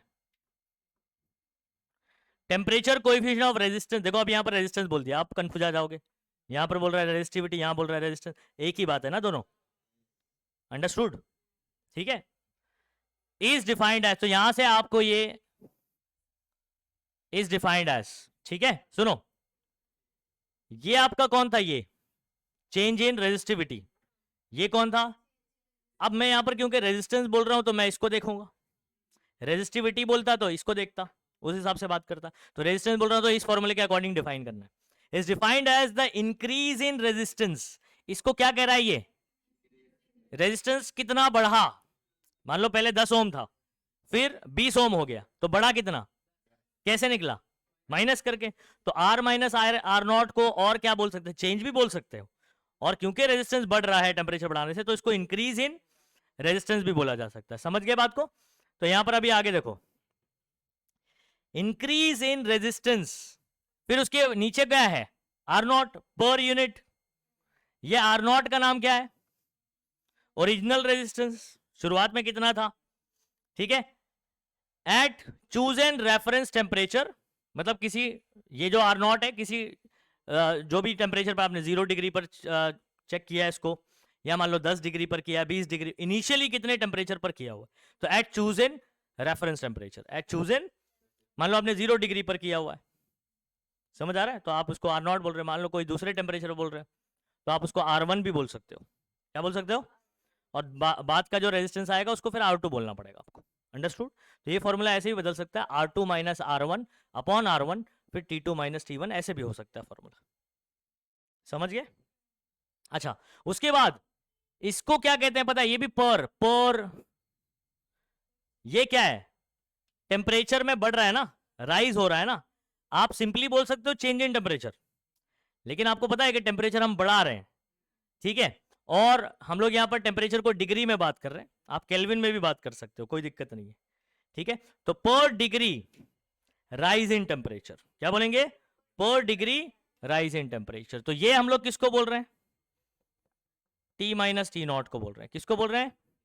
अब सिर्फ इस फॉर्मूले को देखो और आप आराम से इसका डेफिनेशन बोल सकते हो। सुनो सभी बच्चे, अल्फा का नाम क्या है, अल्फा का नाम क्या है, टेम्परेचर कोएफिशिएंट ऑफ रेजिस्टेंस और रेजिस्टिविटी, रेजिस्टेंस बोलते हैं तो ये वाला देख रहा हूं मैं, is defined as, is equal to, alpha is equal to temperature coefficient of resistance is equal to, is defined as, is equal to है ना, तो क्या बोलोगे, इज डिफाइंड एज। ऊपर ये जो R माइनस आर नॉट है इसको बोलते हैं हम लोग इंक्रीज इन रेजिस्टेंस, समझ आ रहा है। पर यूनिट, ये कौन है, पर यूनिट ऐसे बोल दिया, पर यूनिट ओरिजिनल रेजिस्टेंस, ठीक है, chosen at reference temperature, जो ओरिजिनल रेजिस्टेंस लिया वो कोई एक पर्टिकुलर टेम्परेचर पर हमने चूज किया हुआ है, तो पर क्या, देख सुन सुन बताऊंगा अभी, जब अपन इसको रख के सॉल्व करेंगे ना, ठीक है, तो अब आपका इसका जो नंबर आएगा, फॉर एग्जांपल ये सॉल्व करके आया 0.1 आया, हाँ क्या आया 0.1 आया आंसर, यूनिट क्या लिखोगे आप, इसका यूनिट आ जाएगा रेजिस्टेंस ओम, अरे सुन तो पहले, तेरा ही जवाब दे रहा हूं, इसका यूनिट आएगा ओम, इसका यूनिट आएगा ओम, समझ आ रहा है, और इसका यूनिट आएगा, अगर आपने क्या नाम है, दोनों डिग्री सेल्सियस में रखा तो डिफरेंस डिग्री सेल्सियस में, ठीक है, और क्या नाम है, हाँ केल्विन में रखा तो केल्विन में आएगा, ठीक है। तो दोनों डिफरेंस इन टेम्परेचर और केल्विन सेम आता है, अभी इस पे भी चर्चा करूंगा मैं। तो यहां पर अपन बात करते हैं, ये क्या हो गया आपका डिग्री सेल्सियस, ठीक है। तो ये तो कैंसिल हो गया 0.1, और ये सिर्फ यूनिट क्या बच रहा है, डिग्री सेल्सियस इनवर्स, ऊपर चला जाएगा ना ये, ठीक है। तो यहां पर मैं बात कर रहा हूं चेंज हुआ इतना ओम पर यूनिट ओरिजिनल, देखिए यहां पर कितना ओम है 1 ओम, अगर मैं यूनिट कैंसिल नहीं करता हूं तो 0.1 ओम मेरा क्या आया change in resistance per unit, unit unit unit original resistance, okay, पर यूनिट ओरिजिनल रेजिस्टेंस। उसके बाद पर डिग्री, पर डिग्री 1 डिग्री, एक पर बोले तो एक के लिए डिफाइंड होता है, तो 1 डिग्री राइज इन टेम्परेचर, ऐसे करके आता है, तो इसलिए हम लोग पर लगा रहे हैं, नहीं समझा बात को, हाँ। तो 1 डिग्री टेम्परेचर, एक रेजिस्टेंस बढ़ने के लिए और एक टेम्परेचर बढ़ाने के लिए आपका कितना रेजिस्टेंस चेंज होगा। ये सुनो अभी आगे, अल्फा का यूनिट क्या बताया मैंने, डिग्री सेल्सियस इनवर्स, और क्या हो सकता है, ये डिग्री केल्विन नहीं बोलते, गलत है, केल्विन इनवर्स, क्या बोलेंगे सिर्फ केल्विन इनवर्स। तो इस पे भी थोड़ा सा अभी मैं चर्चा करता हूं कि डिग्री सेल्सियस और केल्विन जो है वो दोनों बराबर क्यों होते हैं, ठीक है। आपको क्या लगता है डिग्री सेल्सियस और केल्विन बराबर होते हैं,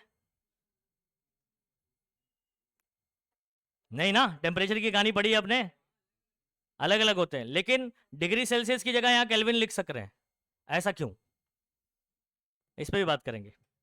फिलहाल मुझे बताओ क्या ये आपको डेफिनेशन याद हो गया अकॉर्डिंग टू दी फॉर्मूला। तो डेफिनेशन याद रखना थोड़ा सा डिफिकल्ट टास्क होता है, तो फिजिक्स में ज्यादातर डेफिनेशन फॉर्मूले के अकॉर्डिंग होती है, तो फॉर्मूला याद करो और फॉर्मूले के बाद डेफिनेशन। पहले मुझे बताओ अल्फा का फॉर्मूला रेजिस्टेंस वाला कौन सा फॉर्मूला है, R minus R naught upon R naught T minus C naught. R minus R naught को डेफिनेशन में क्या बोलना है, इंक्रीज इन, वैसे चेंज इन रेजिस्टेंस है वो, लेकिन आप रेजिस्टेंस बढ़ रहा है तो आप क्या बोलोगे, इंक्रीज इन रेजिस्टेंस।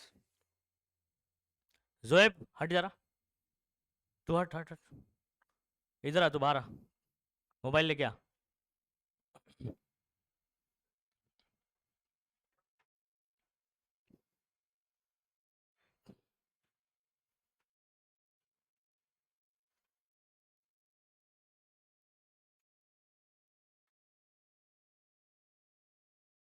मोबाइल किधर है, क्या कर रहा था मोबाइल में, हाँ क्या कर रहा था, अरे बोलना क्या कर रहा था, मैसेज पढ़ रहा था, हैं झूठ बोलता है, गेम खेल रहा था और बोलता है, हैं मैसेज ऐसा पढ़ते हैं, कैसा पढ़ते हैं, हाँ नए तरीके से मैसेज पढ़ते हैं, खेलेगा अभी क्लास में, हाँ बोल, हाँ क्या, ऐसा मूड मोबाइल पटक दूंगा,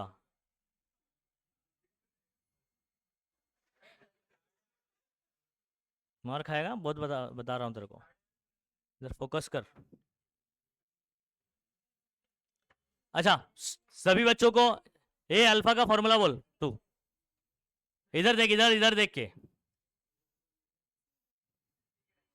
इधर देखना मालूम पड़ेगा उसको, उधर भी ढूंढ नहीं पाएगा वो, पी देखो,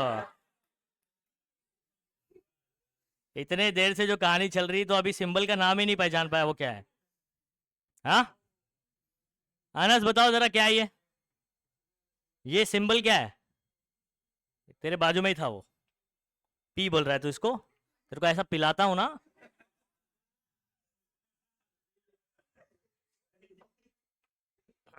ये होता है तुम लोग का ध्यान, समझ आ रहा है, गेम खेलेगा ना तो ऐसे ही मजा आएगा तेरे को, फिर रो को पी बोलेगा,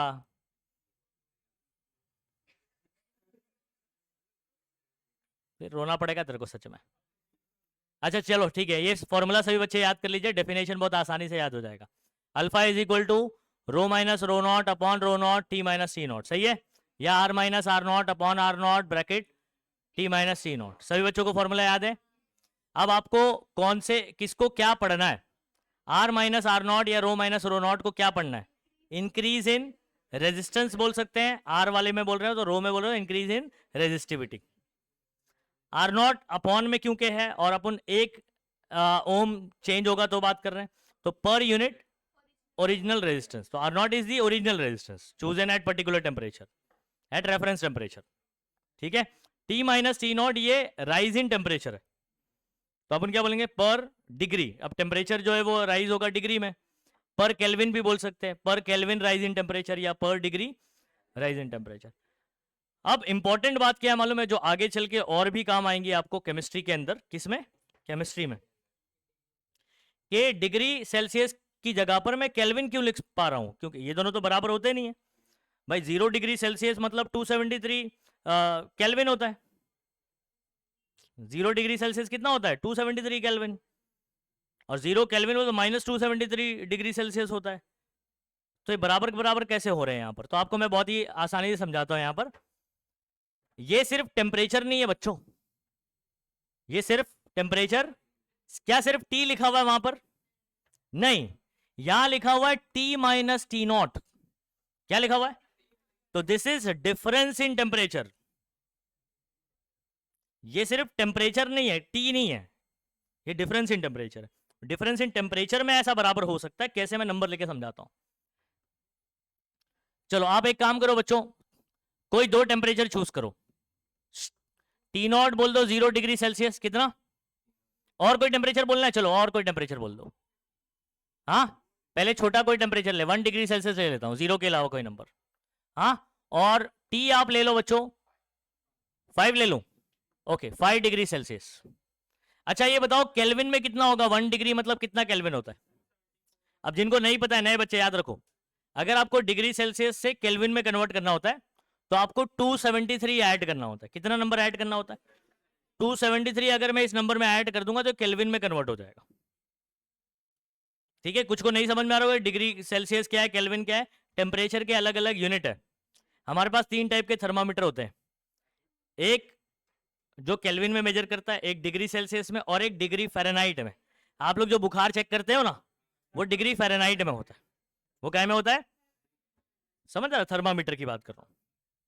तो अभी हम लोग उसकी बात नहीं कर रहे हैं, डिग्री सेल्सियस और केल्विन। तो अगर मैं इसमें कितना मिला दूं, 273.15 छोड़ दो अभी, 273, तो कितना हो जाएगा ये? ओके, 5 में भी 273 मिला दो, कितना हो जाएगा बच्चों? 270। ये अब कन्वर्ट हो चुका है किसके अंदर? तो ये केल्विन में है और ये काय में? इन दोनों को माइनस करो, 5 माइनस 1, दोनों डिग्री में था तो आंसर भी डिग्री सेल्सियस में आएगा, 4 डिग्री सेल्सियस। समझ में आ गया? अच्छा, इन दोनों को जरा माइनस करो, 278 माइनस 274, अब दोनों काय में है? केल्विन में, तो आंसर भी काय में आएगा। तो आपका 4 केल्विन देख लो। तो ये बहुत ही इंपॉर्टेंट चीज है, जो अगर अभी सीख लिया तो आगे चल के केमिस्ट्री में जब हम लोग सॉल्यूशन वगैरह चैप्टर पढ़ेंगे, जहां पर डिफरेंस इन टेम्परेचर में ऐसी कुछ कहानी होती है, तो आपको सीधा सीधा समझ आ रहा है। याद रखो, difference in temperature degree Celsius और केल्विन दोनों बराबर होता है। इसलिए इस फॉर्मूले के अंदर हम लोग डिग्री सेल्सियस भी लिख सकते हैं और केल्विन भी लिख सकते हैं। समझ आ रही बात? और जब आप न्यूमेरिकल करोगे तो आपको टेम्परेचर को कन्वर्ट करने की जरूरत, दोनों टेम्परेचर डिग्री डिग्री में है, डायरेक्ट माइनस कर दो। केल्विन केल्विन में, डायरेक्ट माइनस कर दो। हाँ, 1 डिग्री में 1 केल्विन में, तो दोनों को सेम बनाना पड़ेगा, या तो दोनों डिग्री में सॉल्व करो या तो दोनों केल्विन में। तो डिफरेंस इन टेम्परेचर आपका केल्विन भी लिख सकते हो और क्या लिख सकते हो? Degree Celsius. अब मैं आता हूं इसके यूनिट के ऊपर चर्चा करते हैं बच्चों, थोड़ा सा बात ऑलरेडी हो चुकी है।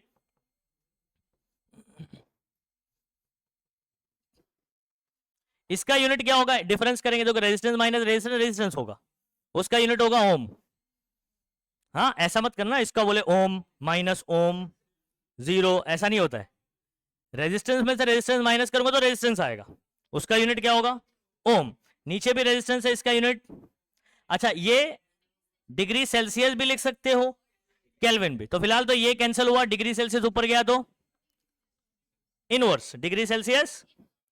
पढ़ते क्या, ध्यान रखो। हाँ, मैं तो बोले 0 C माइनस 1, ये इतना डिग्री सेल्सियस पढ़ा जाएगा। अच्छा, और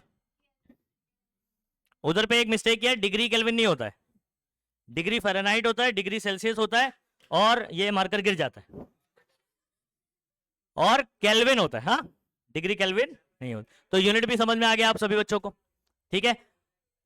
आप देखते हैं कितने लोग इसका डेफिनेशन याद कर लेते हैं, फॉर्मूला याद कर लेते हैं और यूनिट याद कर लेते हैं, ठीक है। तो आपको एग्जाम में सवाल पूछेगा डिफाइन, ठीक है, क्या नाम है, टेम्परेचर कोएफिशिएंट ऑफ रेजिस्टेंस और रेजिस्टिविटी, ठीक है, give its formula and SI unit, an unit, क्या बोलोगे?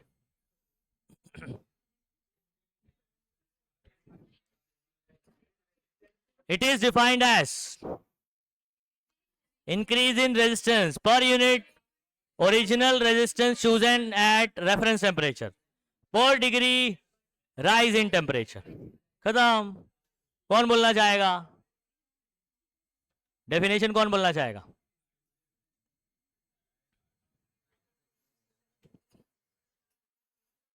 ऐसा यूनिट, इसका यूनिट क्या होगा?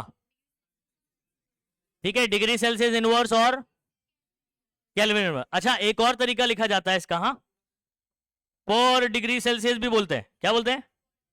मतलब अपॉन में बात कर रहे हो आप डायरेक्टली, ऊपर तो कुछ है ही नहीं, ठीक है। और पर केल्विन भी बोल सकते हो, समझ आ रहा है? ऐसे भी बोल सकते हो, ऊपर जाएगा तो -1 आ जाएगा, पर लगा दिया तो नीचे ही रहेगा। अंडरस्टूड? तो पर डिग्री सेल्सियस और पर केल्विन भी बोल सकते हो। ऐसे अलग अलग तरीके से एमसीक्यू वगैरह में आ सकता है, तो आपको समझ आना चाहिए कौन सा ऑप्शन सही होगा, ठीक है। क्या ये डेफिनेशन समझ में आ गया? जोहान बोलिए, अल्फा का डेफिनेशन, अल्फा का नाम बोलिए, डेफिनेशन बोलिए।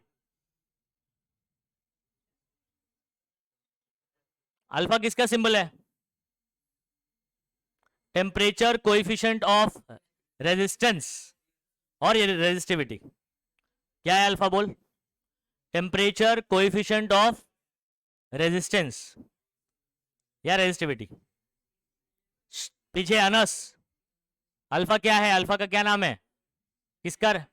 टेम्परेचर, रेजिस्टिविटी या तो resistance. Very good. Ayush, alpha क्या है?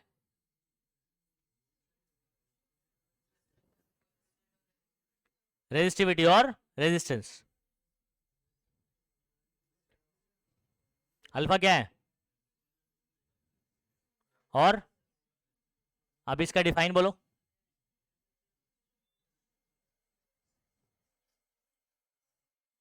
आप ऐसे ही बोल सकते हो, इट इज डिफाइंड एज करके बोल सकते हो। जब साइड हेडिंग लिखोगे ना आप, तो अपन इट इज करके वापस दोबारा नाम नहीं लिखने का, है ना, फिर प्रोनाउन का इस्तेमाल करने का उधर पे। कौन बोलना चाहेगा डेफिनेशन? यस बच्चों, बोलो।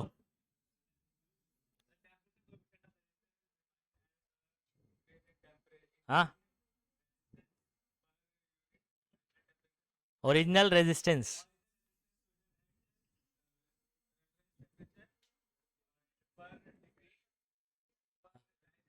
पर डिग्री राइज इन टेम्परेचर, ठीक है। टेम्परेचर कितना बढ़ रहा है? T-T0 is what?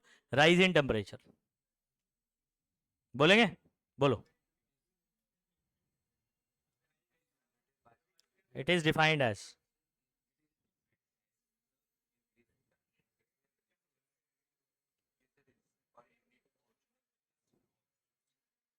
at chosen reference temperature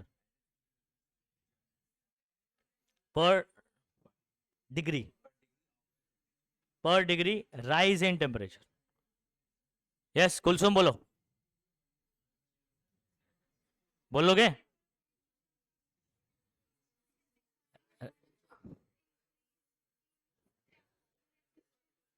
देखो, सुनो सुनो सुनो, आप रेजिस्टेंस वाला बोल रहे हो ना, तो आप टेम्परेचर कोएफिशिएंट ऑफ रेजिस्टिविटी नहीं बोलोगे, रेजिस्टेंस ही बोलोगे, समझे?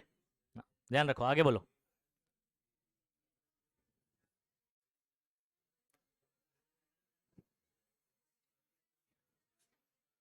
chosen at reference temperature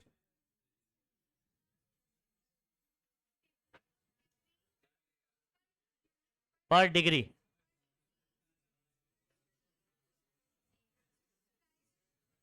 very good, पर डिग्री। आफरीन बोलो।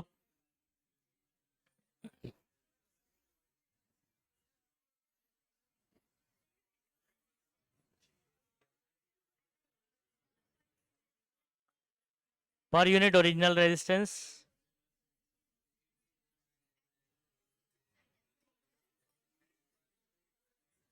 पर डिग्री राइज इन टेम्परेचर। पर डिग्री राइज इन टेम्परेचर। कशिश।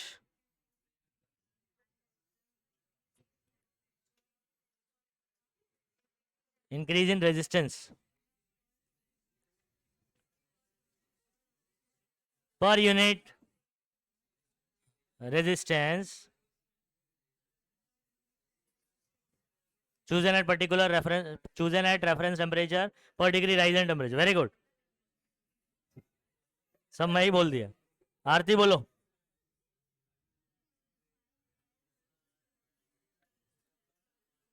अरे आसान डेफिनेशन है।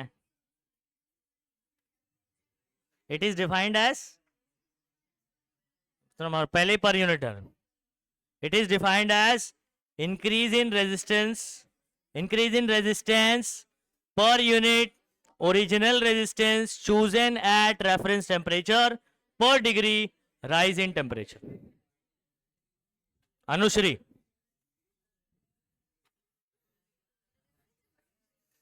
थोड़ा लाउड लाउड है, आवाज कम।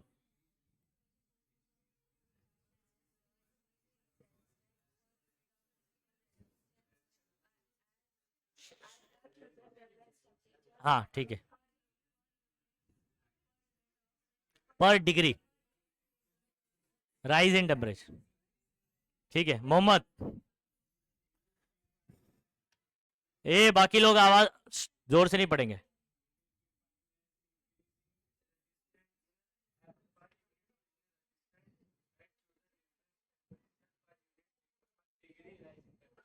बहुत बढ़िया। पीछे सत्यम।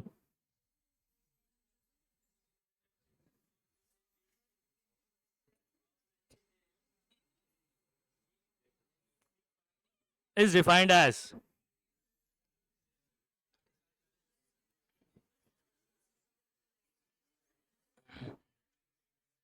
आज वो नहीं आया आयुष, कॉलेज था क्या उसका? अफसर। यहां और कोई बोलना चाहता है? याद हुआ मैडम तुमको?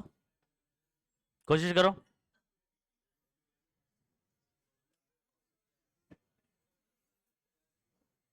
अनुष्का बोलो।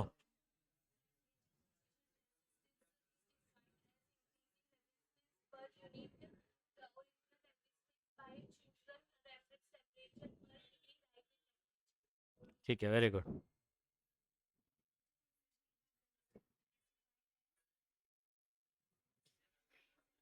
ऊपर क्या था? देखो कभी भी ना आप डिफाइन कर रहे हो ना, फॉर्मूला आपके दिमाग में होना चाहिए, उसके बेसिस पर डिफाइन कर रहे हैं हम लोग, नहीं तो फिर वो रट्टा हो जाएगा आपके लिए। फॉर्मूला आपके दिमाग में रहेगा तो आप उसको बना के बोल रहे हो तो फिर वो रट्टा नहीं है आपके लिए, आप खुद बना रहे हो उसको। आर माइनस आर नॉट कौन है? Increase in resistance. Upon R naught कौन है? ओरिजिनल रेजिस्टेंस, तो per unit original resistance. T minus T naught कौन है? पर डिग्री राइज इन टेम्परेचर। खत्म हो गया बात। राइज इन टेम्परेचर है तो पर डिग्री राइज इन टेम्परेचर। हुआ भी? बोलो। Temperature coefficient of resistance is, it is defined as, बोलो ना डायरेक्ट।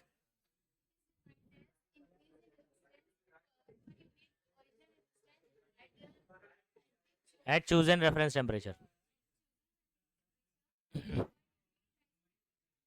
हो गया इजीली। चलो आगे बढ़ जाए। अभी फॉर्मूला भी सबको याद है, यूनिट भी पता है। अब हम लोग इस पे क्या कर सकते हैं? एक न्यूमेरिकल कर सकते हैं। यूनिट सभी बच्चों को मालूम है ना? डिग्री सेल्सियस इनवर्स और केल्विन इनवर्स। ये देखो ये वाला फॉर्मूला आपको समझ आ रहा है क्या? ये वही फॉर्मूला है। ये स्मॉल चेंज इन रेजिस्टेंस है, डी आर। मैंने बताया डेरिवेटिव का डी क्यों लगा? Small change. और ये डी टी, और आपका ओरिजिनल रेजिस्टेंस वैसे का वैसे। तो कुछ नहीं है, वही है ये। ये क्या लिखा हुआ है? For small difference in temperature. अगर टेम्परेचर में थोड़ा सा डिफरेंस तो रेजिस्टेंस भी थोड़ा सा चेंज होगा, ओरिजिनल वही रहेगा। तो अल्फा का वही फॉर्मूला है, बस एक अनदर फॉर्मेट आपको दिया गया, ठीक है।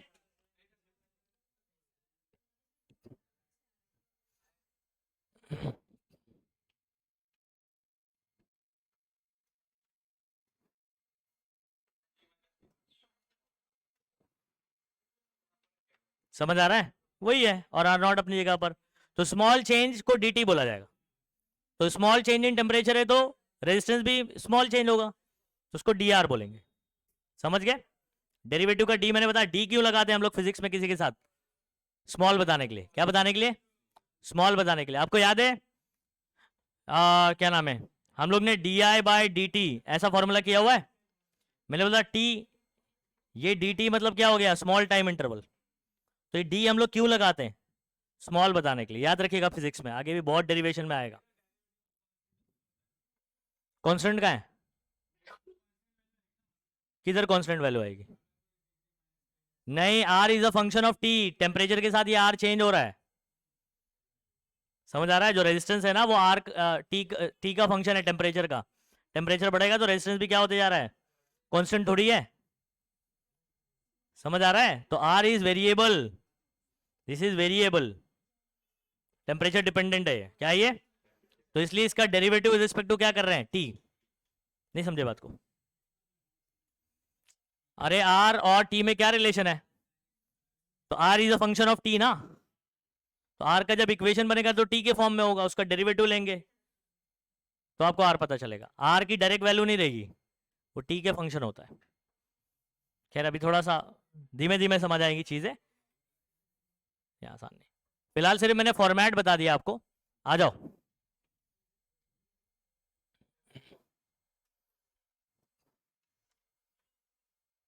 यहां पर आपको जो मैंने डिफरेंस इन टेम्परेचर का एक्सप्लेन किया ना उसके बारे में लिखा हुआ है। Difference in temperature degree Celsius और केल्विन में क्या होता है? बराबर होता है ना, तो उसके बारे में लिखा है, मैंने ऑलरेडी समझा दिया। आ जाओ, ये न्यूमेरिकल करते हैं। अब आपको इसमें बताना है डेटा। क्या बताना है?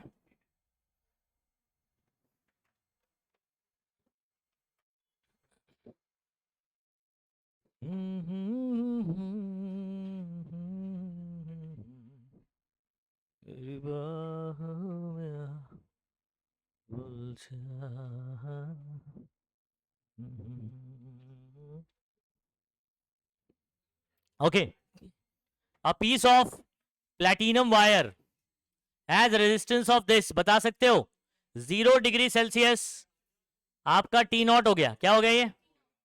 इतने टेम्परेचर पर ये 2.5 ओम है आर नॉट। आपको डेटा समझ आ गया? 0 डिग्री सेल्सियस आपका रेफरेंस टेम्परेचर हो गया टी नॉट। उतने पे आपका रेजिस्टेंस कितना है?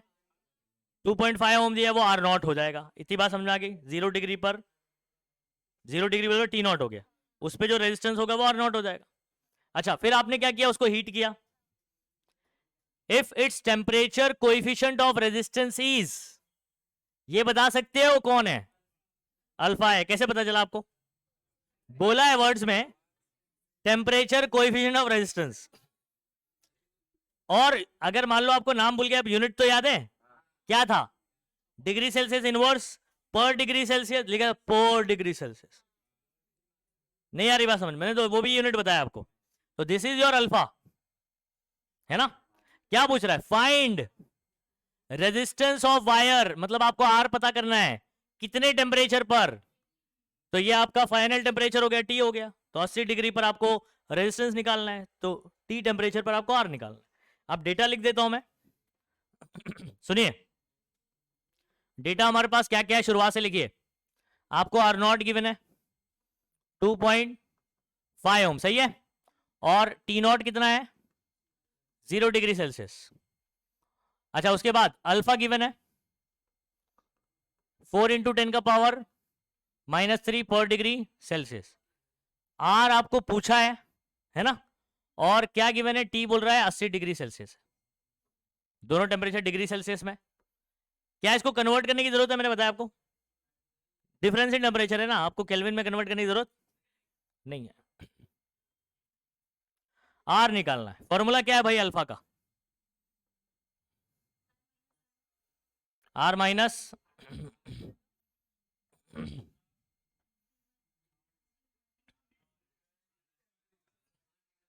ठीक है, इसमें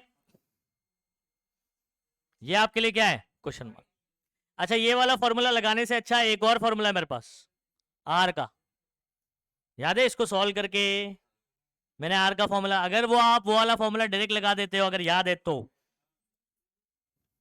are is equal to R naught bracket 1 plus alpha T minus T naught. अगर ये याद है तो और अच्छी बात है, कोई रीअरेंजमेंट करने की जरूरत नहीं, ये मेरे लिए क्वेश्चन मार्क है और ये फॉर्मूला ऑलरेडी बना हुआ है। चलिए करते हैं इसको। आर नॉट की वैल्यू कितनी है? 2.5 1 प्लस अल्फा 4 इंटू 10 का पावर, अच्छा उसके बाद t माइनस टी नॉट, ये है 80 माइनस 0, ठीक है। अच्छा 80 माइनस 0, ऐसा मत कर देना 80 में से एक 0 निकाल दिया, बोले सर 8 बचा। ओके, तो 4 इंटू 80 माइनस 0 क्या हो जाएगा? 80 हो जाएगा कि नहीं? ठीक है, उसके बाद 8 4 जा 32 होगा, 32 और ये एक 0, 320 इंटू 10 का पावर माइनस 3। तो 2.5 1 प्लस 320 इंटू 10 का पावर 3। इसको कुछ सॉल्व कर सकता हूं मैं? 10 का पावर हटाना है वहां से, पॉइंट शिफ्टिंग आता है, बोलो 320 में पॉइंट यहां पर है ना लास्ट में, अगर मैं 3 पीछे ले लूं तो, बोलो बोलो, 3 पीछे लिया तो प्लस 3 पीछे लिया, 10 का पावर प्लस 3 और माइनस 3 क्या हो जाएगा? तो ये आंसर आ जाएगा 0.320, वो 0 लिखने की जरूरत नहीं है आपको, लास्ट वाला। अच्छा 1 प्लस 0.32 1.32 है ना, इन दोनों को मल्टीप्लाई करना सिर्फ। चलो 25 का भाड़ा आता ही होगा सब, 25 दूनी 50, 25 दिया 75 और ये 5 80, 25 और ये 8 कितना हो जाएगा? 33 बराबर है। राइट साइड से यहां पर 2 के बाद पॉइंट है और यहां पर राइट साइड से 1 के बाद, 2 और 1 कितना होता है? तो राइट साइड से 1 2 3 के बाद पॉइंट, तो 1 2 3 इधर, ये आपका आ गया आर, क्या बोल दोगे? ओम शांति ओम। तो 3.3 ओम आ गया आंसर, समझ गए? ठीक है, चलो जल्दी।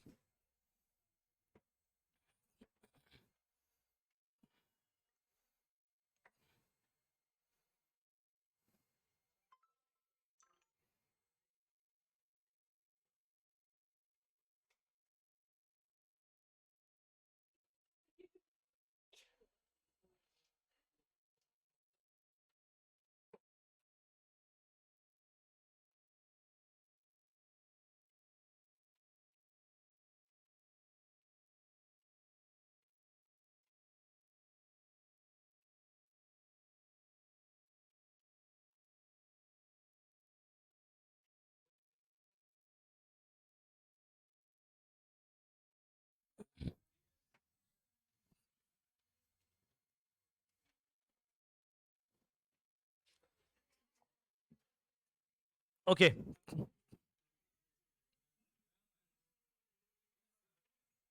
अच्छा, ईएमएफ डिवाइस क्या होता है, सबसे पहले हम लोग वो बात करते हैं, फिर इलेक्ट्रोमोटिव। ईएमएफ डिवाइसेस के एग्जांपल्स अगर आपसे पूछेगा तो आप जितने भी आपने सेल बैटरी इस्तेमाल किए, जहां से आपको पोटेंशियल डिफरेंस वोल्टेज मिलता है, समझ आ रहा है? वो सबके सब कौन है? ईएमएफ डिवाइसेस हैं। जैसे पावर सेल्स, ठीक है, आप लोग ने ये सब यूज किया है ना, रिमोट वगैरह में जो सेल इस्तेमाल करते हैं, ठीक है, power cells, batteries, solar cells. Solar cell देखा होगा ना आप लोग ने, आजकल काफी चर्चा में, गांव वगैरह में देखोगे तो सोलार सेल बहुत यूज होता है। हाँ, तो उसमें सेल होता है, सेल आगे सब कनेक्ट करके पूरा पैनल बनता है, समझ आ रहा है? इंडिविजुअली 2-2 वोल्ट के सेल कनेक्ट किए जाते हैं। समझ आ रहा है? उसके बाद आप केमिस्ट्री के अंदर ही फ्यूल सेल पढ़ोगे, ठीक है, ट्वेल्थ के अंदर पढ़ोगे। तो हाइड्रोजन वाला सेल आता है, वो सब अपन बात करेंगे इसको। और फिर उसके बाद इवन जनरेटर्स, जनरेटर देखा हुआ है आपने, ठीक है, ये भी बहुत यूज होता है गाँव वगैरह में। हाँ तो गाँव में ही यूज होता है, यहाँ शादी में कौन यूज करता है? यहाँ पर हमारे पास ऑलरेडी अडानी दे रहा है इलेक्ट्रिसिटी। हाँ, अरे वही अडानी का भाई, अडानी। अच्छा, are some examples of EMF devices familiar with you या टू यू? आपको एग्जांपल लिखने बोलेगा, ईएमएफ डिवाइसेस कौन कौन सी है, क्या क्या लिख सकते हो? सोलर सेल्स बोल सकते हो, बैटरीज बोल सकते हो, और जनरेटर, फ्यूल सेल बोल सकते हो। फ्यूल सेल आप लोगों ने नहीं देखा हुआ है? हाँ, ये बेसिकली फ्यूल सेल का इस्तेमाल जो है ना, कहाँ किया जाता है? स्पेस शिप्स वगैरह में किया जाता है। अरे जो स्पेस क्राफ्ट वगैरह में, उसमें स्पेसशिप जहां पर जो है ना एस्ट्रोनॉट 6-6 महीना रहते हैं ना, वहां पर, समझ आ रहा है? स्पेस स्टेशन, ठीक है। और क्या नाम है, क्या बच गया? जनरेटर तो देखा ही है आप लोग ने, सोलर सेल भी देखा हुआ है। एग्जाम्पल याद रहेंगे ये? क्या सवाल पूछेगा? Give the examples of EMF devices, तो ये आप आंसर लिख सकते हो। अंडरस्टूड? ओके। अब ईएमएफ डिवाइस, ईएमएफ का फुल फॉर्म आपको पता होना चाहिए। अच्छा, भले ही इसके नाम में ना बच्चों ये फोर्स आ रहा है, लेकिन ये कोई फोर्स नहीं है। इसका यूनिट आप बोलोगे अच्छा फोर्स है, न्यूटन लिख देते। The unit of EMF is volt. Volt, अभी बैटरी है, उस पे आपको जो उसका वैल्यू लिखा है 1.5 वोल्ट, क्या लिखा होता है? 1.5 वोल्ट, 3 वोल्ट, 6 वोल्ट, 12 वोल्ट, ये उसका ईएमएफ है। काय में दिया हुआ है? वोल्ट में। आप नाम में बोलोगे इलेक्ट्रोमोटिव फोर्स, आप 10th का नॉलेज लेकर आए, अच्छा फोर्स, फोर्स न्यूटन बाबा, ओके, न्यूटन लिख दिया, ऑप्शन में दिया होगा। लेकिन याद रखिए, ये कोई फोर्स नहीं है, ये एक्चुअल में एनर्जी स्पेंट है। एनर्जी स्पेंट, या एनर्जी जितना खर्च करता है बैटरी एक यूनिट पॉजिटिव चार्ज को पूरे सर्किट में एक चक्कर लगाने के लिए। अब मैं इसका डेफिनेशन बता दूं तो आपको समझ में आएगा, बुक में यहां पर डेफिनेशन नहीं दिया हुआ है।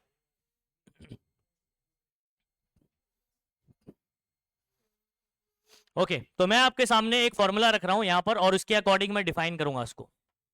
ई का फॉर्मूला होता है, ई यानी कौन है? ईएमएफ, इसका सिंबल ई लिखा जाता है। हाँ, work done,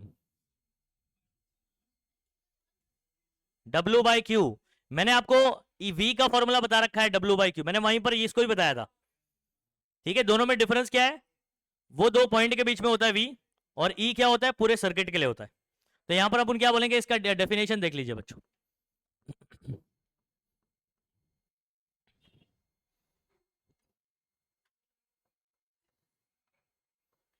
it is the work done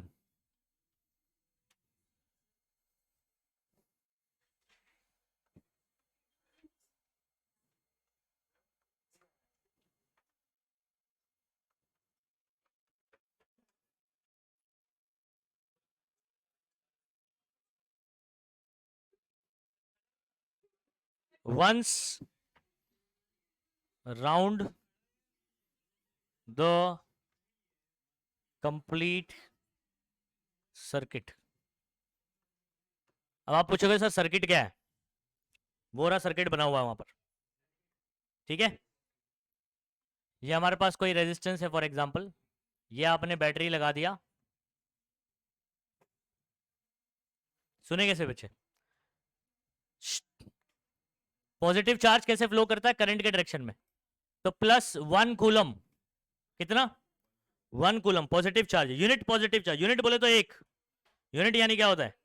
एक यूनिट यानी एक पॉजिटिव चार्ज। एक यूनिट पॉजिटिव चार्ज को सर्किट में एक चक्कर लगाने में ये बैटरी जितनी एनर्जी, जितना काम करेगा, जितना काम करेगा, वर्क करेगा, वर्क मतलब एनर्जी होता है, तो जितना एनर्जी स्पेंड करेगा, खर्च करेगा, उसी को अपन क्या बोलते हैं?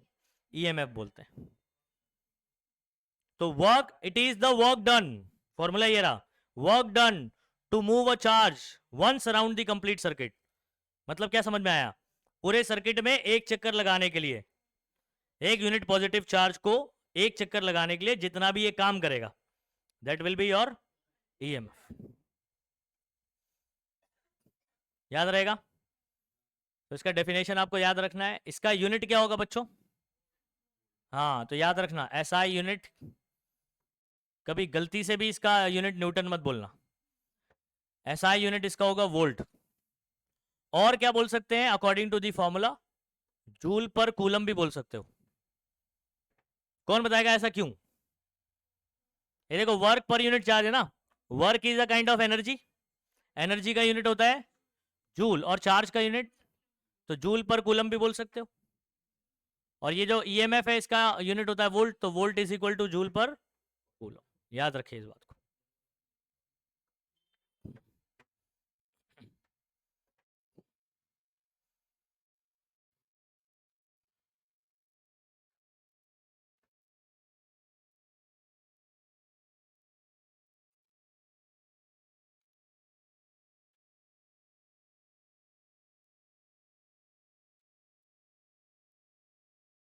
बोलो, कोई दाऊद भाई है तो बोलो।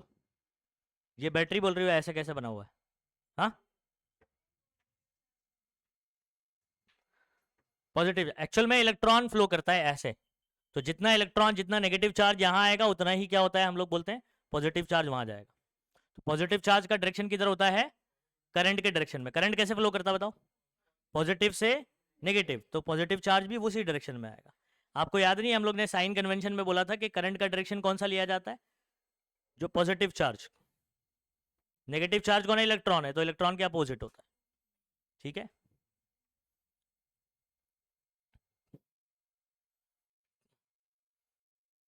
नेक्स्ट, कितने बजे को ईएमएफ का डेफिनेशन याद हो गया? फुल फॉर्म बताओ पहले, ईएमएफ क्या है, फॉर्मूला क्या है? फॉर्मूला क्या है? सवाल जो है वही जवाब देने का। डब्ल्यू बाय, डब्ल्यू आपका वर्क है, क्यू आपका चार्ज। अच्छा, डेफिनेशन क्या है अब?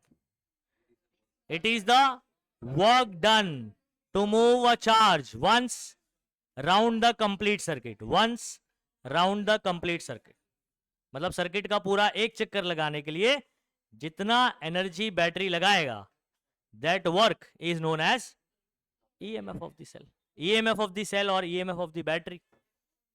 ठीक है, यूनिट होगा इसका वोल्ट और जूल पर कूलम। तो ऐसे एकदम इतना सिंपली जो है ना, आपको डेफिनेशन नहीं दिया हुआ है कहीं पर, इसमें कहीं पर।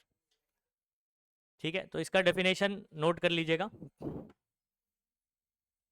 अब हम लोग एक डेरिवेशन आपको करने जा रहा हूं।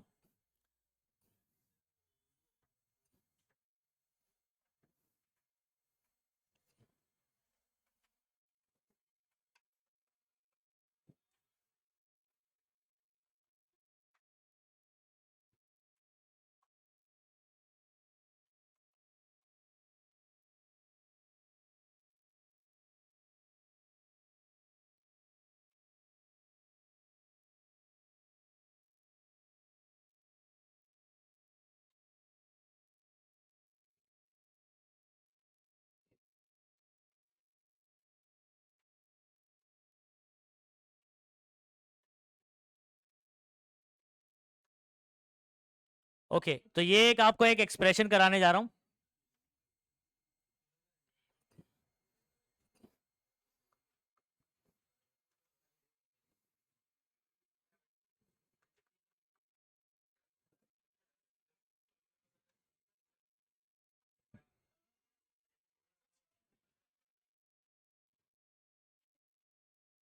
अच्छा, ईएमएफ का सिंबल ना एप्सिलॉन भी दिया जाता है, मतलब ऐसे, ऐसे लिखा ना तो ये एप्सिलॉन बोलते हैं इसको। समझ आ रहा है? अब टेक्स्ट बुक में ये दिया हुआ तो मैं ये वाला यूज कर रहा हूँ, अदरवाइज ई भी इस्तेमाल कर सकते, कोई दिक्कत नहीं।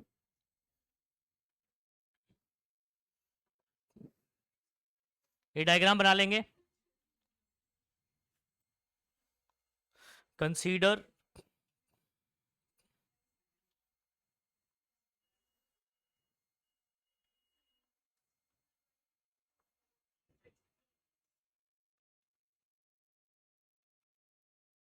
EMF epsilon and internal resistance. देखो, बैटरी का ना बच्चों एक खुद का रेजिस्टेंस होता है, ये आपको बाहर से दिखाई नहीं देगा, उसके अंदर का रेजिस्टेंस है सर्किट में, लेकिन अपन इसको नेगेटिव साइड में ऐसे दिखाया दिखाया करते हैं। हाँ, तो इतना ये जो आप देख रहे हो ना, ये वाला पार्ट, ये पूरा बैटरी है आपका। तो ये जो रेजिस्टेंस है बैटरी का इंटरनल खुद का है, और ये आपने बाहर से लगाया हुआ है। आप लोग ने रेजिस्टर पढ़ा है ना, पूरा कलर कोड, वो वाला रेजिस्टर यहाँ लगाया गया, और ये हमने नहीं लगाया है। ये बैटरी का खुद का रेजिस्टेंस है, इसको क्या कहते हैं? Internal resistance. क्या बोलते हैं बच्चों? ओके, तो कंसीडर कर रहे हैं हम लोग, consider a cell of EMF epsilon and internal resistance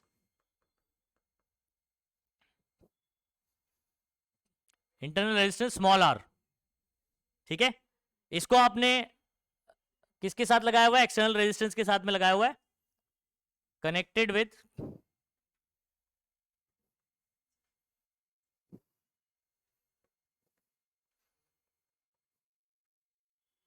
external resistance R. ठीक है, इतना कंसीडर कर लिया, बोलो।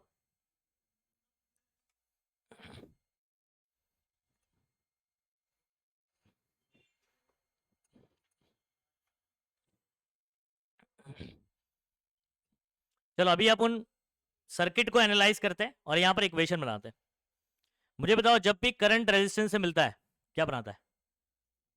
करंट जब भी रेजिस्टेंस से मिलेगा, आई जब भी आर से मिलेगा, वोल्टेज है ना, पोटेंशियल डिफरेंस। ओके, तो यहां पर बैटरी जैसी आप ऑन करते हो, करंट पॉजिटिव से बहना शुरू करता है, और ये वाला करंट अब किससे मिलेगा?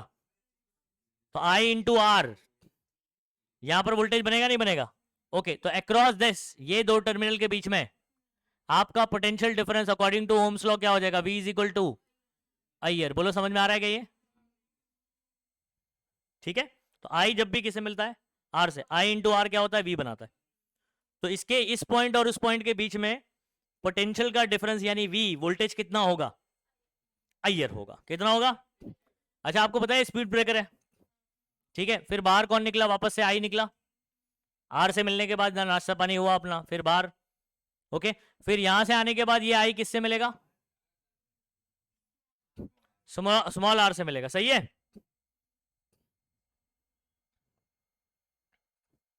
ये मिटा दे रहा हूं जरा। अब मुझे बताओ, जब ये आई स्मॉल आर से मिलेगा तो यहां पर जो वोल्टेज बनेगा आपका, ठीक है, इन दोनों के बीच में, वो आपका कितना बनेगा? इसको V स्मॉल आर बोल देता हूं। हाँ, ये कितना आएगा? आई इंटू स्मॉल आर। नहीं आ रही बात समझ में? और फिर बाद में आई वापस घर को। अब होता क्या है, मैंने आपको बोला, क्या आप बता सकते हो ये दोनों रेजिस्टेंस आपस में कैसे कनेक्टेड है? अगर ये बता दिए तो कहानी खत्म।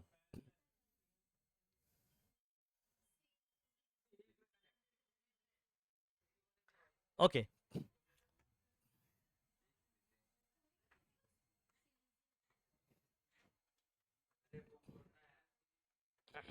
इसको ऐसे ले गया, ऐसे कर दिया। अब मैंने इसके बाजू में लिखा है, इसका रीजन है कि ये बैटरी का इंटरनल रेजिस्टेंस होता है, लेकिन एक्चुअल में ये इसके साथ में कैसे है? सीरीज में रे भाई। पैरेलल के लिए क्या कंडीशन बताया था मैंने? दोनों जो किनारे हैं उसके, वो इनिशियल और फाइनल ज्वाइंट होना चाहिए। क्या इसका है? इसका इसका ये वाला पॉइंट तो मिल रहा है क्या? ये वाला ऐसे डायरेक्टली मिल रहा है, तो प्यारे लाल कैसे हुआ? प्यारे लाल होने, आपको दिख रहा है ये ऐसा? पैरेलल होने की कंडीशन क्या है? ये वाला पॉइंट अगर इससे डायरेक्टली कनेक्ट होता, ये वाला इससे डायरेक्टली कनेक्ट होता, तो बैटरी के साइड से ऐसे, तो इसको आप ऐसा खसका के अगर इधर ले जाओगे तो ये तो सीरीज दिखाई दे रहा है। समझ आया? दिख तो पैरेलल है, प्यारे लाल नहीं है। कौन सा लाल है फिर? लाल ही नहीं है। ओके, तो ये दोनों रेजिस्टेंस कैसे कनेक्टेड है? और आपको याद है सीरीज कॉम्बिनेशन के अंदर करंट सेम होता था। देखो, करंट इसमें से भी आई जा रहा है और इसमें से भी आई जा रहा है, इस बेसिस पर तो बात कर सकते हो आप। आई बात समझ में? पैरेलल वाल में आई डिवाइड हो जाता है। तो आपको समझ आ गया कि दोनों रेजिस्टेंस कैसे हैं। अच्छा, आपको पता है कि अगर इसका ईएमएफ मैंने मान लो यहां पर 10 वोल्ट दिया, ठीक है, और इसके अक्रॉस 9 वोल्ट अगर ड्रॉप हो गया, तो यहां पर कितना ड्रॉप होगा? यानी इन दोनों के सम इसके बराबर होगा। तो according to the circuit, because R and small, capital R and small r external और इंटरनल कैसे हैं? सीरीज में लगे हुए हैं। तो जितना ईएमएफ आप दोगे वो दोनों में बटेगा। आपने अगर 10 वोल्ट दिया हुआ इधर और मान लो इसके अक्रॉस कितना ड्रॉप हुआ 9 वोल्ट, तो इसके अक्रॉस कितना होगा? तो 9 और 1 कितना होगा? कुछ आई बात समझ में? ओके, तो अब मैं लिख रहा हूं अकॉर्डिंग टू दिस सर्किट, या एक काम रुको, पहले ओम्स लॉ लगा लेते। According to Ohm's law, according to Ohm's law, ये आई आर से मिला, V इज इक्वल टू कितना आया बच्चों आपका? ईयर आया? नहीं आया? और वी आर स्मॉल आर के जो अक्रॉस में आई इंटू स्मॉल आर होगा, सही बात है? ओके, इसको 1 बोल दो, इसको 2 बोल दो।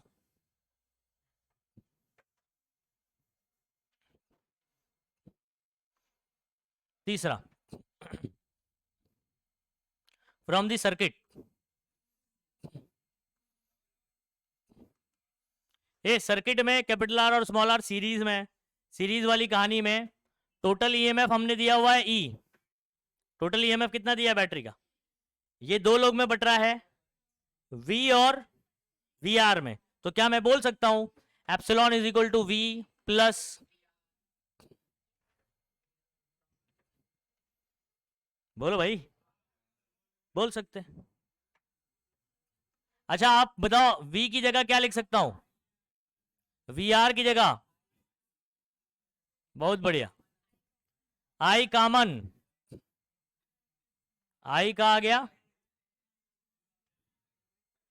ए, सीधा बैठ, ये ब्रैकेट इधर आ जाएगा, इधर आएगा ब्रैकेट,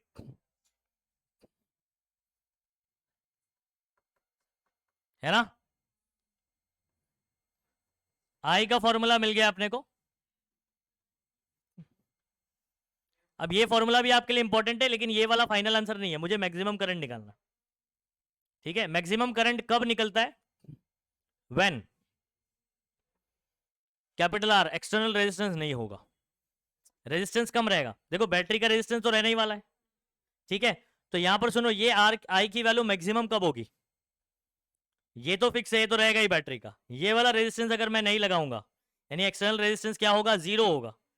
तो इस सर्किट में मतलब अगर इसकी वैल्यू 0 है तो करंट बहुत ही ज्यादा फ्लो करेगा। तो यहां पर आपको ध्यान रखना है, फोर्थ पॉइंट आपको क्या लिखना है? फोर्थ पॉइंट, एट, जब रेजिस्टेंस क्या होगा बच्चों? 0 होगा। कौन सा वाला रेजिस्टेंस 0 कर सकते हैं हम? एक्सटर्नल। कौन सा रेजिस्टेंस? एक्सटर्नल। अगर इसको 0 कर दूं तो पता है ना आपको, रुकावट अगर कम कर दिया तो करंट ज्यादा फ्लो करेगा। अच्छा, इसको मैं 0 नहीं कर सकता तो बैटरी का है? नहीं आ रही बात समझ में? ओके, तो आई जो है at R is equal to 0, I is equal to हो जाएगा आई मैक्स। क्या हो जाएगा बच्चों? करंट मैक्सिमम हो जाएगा मेरा। अब इस फॉर्मूले के अंदर आपको आई की जगह लिखना है आई मैक्स, एप्सिलॉन ऐसी रहेगा, आर की जगह लिखना है 0 प्लस, तो आपका आई मैक्स का फाइनल फॉर्मूला क्या निकल कर आया? एप्सिलॉन अपॉन, बस खत्म। कुछ आया समझ में? ये फॉर्मूला हम लोग को, एक्सप्रेशन क्या था देखो, expression for maximum current drawn from a cell, तो ये आई मैक्स। अंडरस्टूड? दोनों फॉर्मूला लेकिन आप याद रखोगे, न्यूमेरिकल में ये भी लगाना पड़ेगा, ये भी निकालना पड़ेगा। ठीक है, आपको अगर रेजिस्टेंस कुछ दिया हुआ है और बोलेगा कि इसमें करंट कितना होगा, इंटरनल रेजिस्टेंस दिया है, ई दिया है, तीन चीज गिवन होगी। कितनी चीज गिवन होगी? EMF, external resistance, internal resistance. तो आपको करंट निकालने बोलेगा, ये फॉर्मूला लगा दोगे। अगर आपको पूछता है सब रेजिस्टेंस दिया हुआ है लेकिन आपको पूछा maximum current can be drawn from the cell, तो आपको ये वाला फॉर्मूला लगाना है, सिर्फ EMF divided by internal resistance. External resistance की जरूरत नहीं, क्योंकि उसको 0 करके ही करंट मैक्सिमम होगा। खत्म हो गई बात। ठीक है।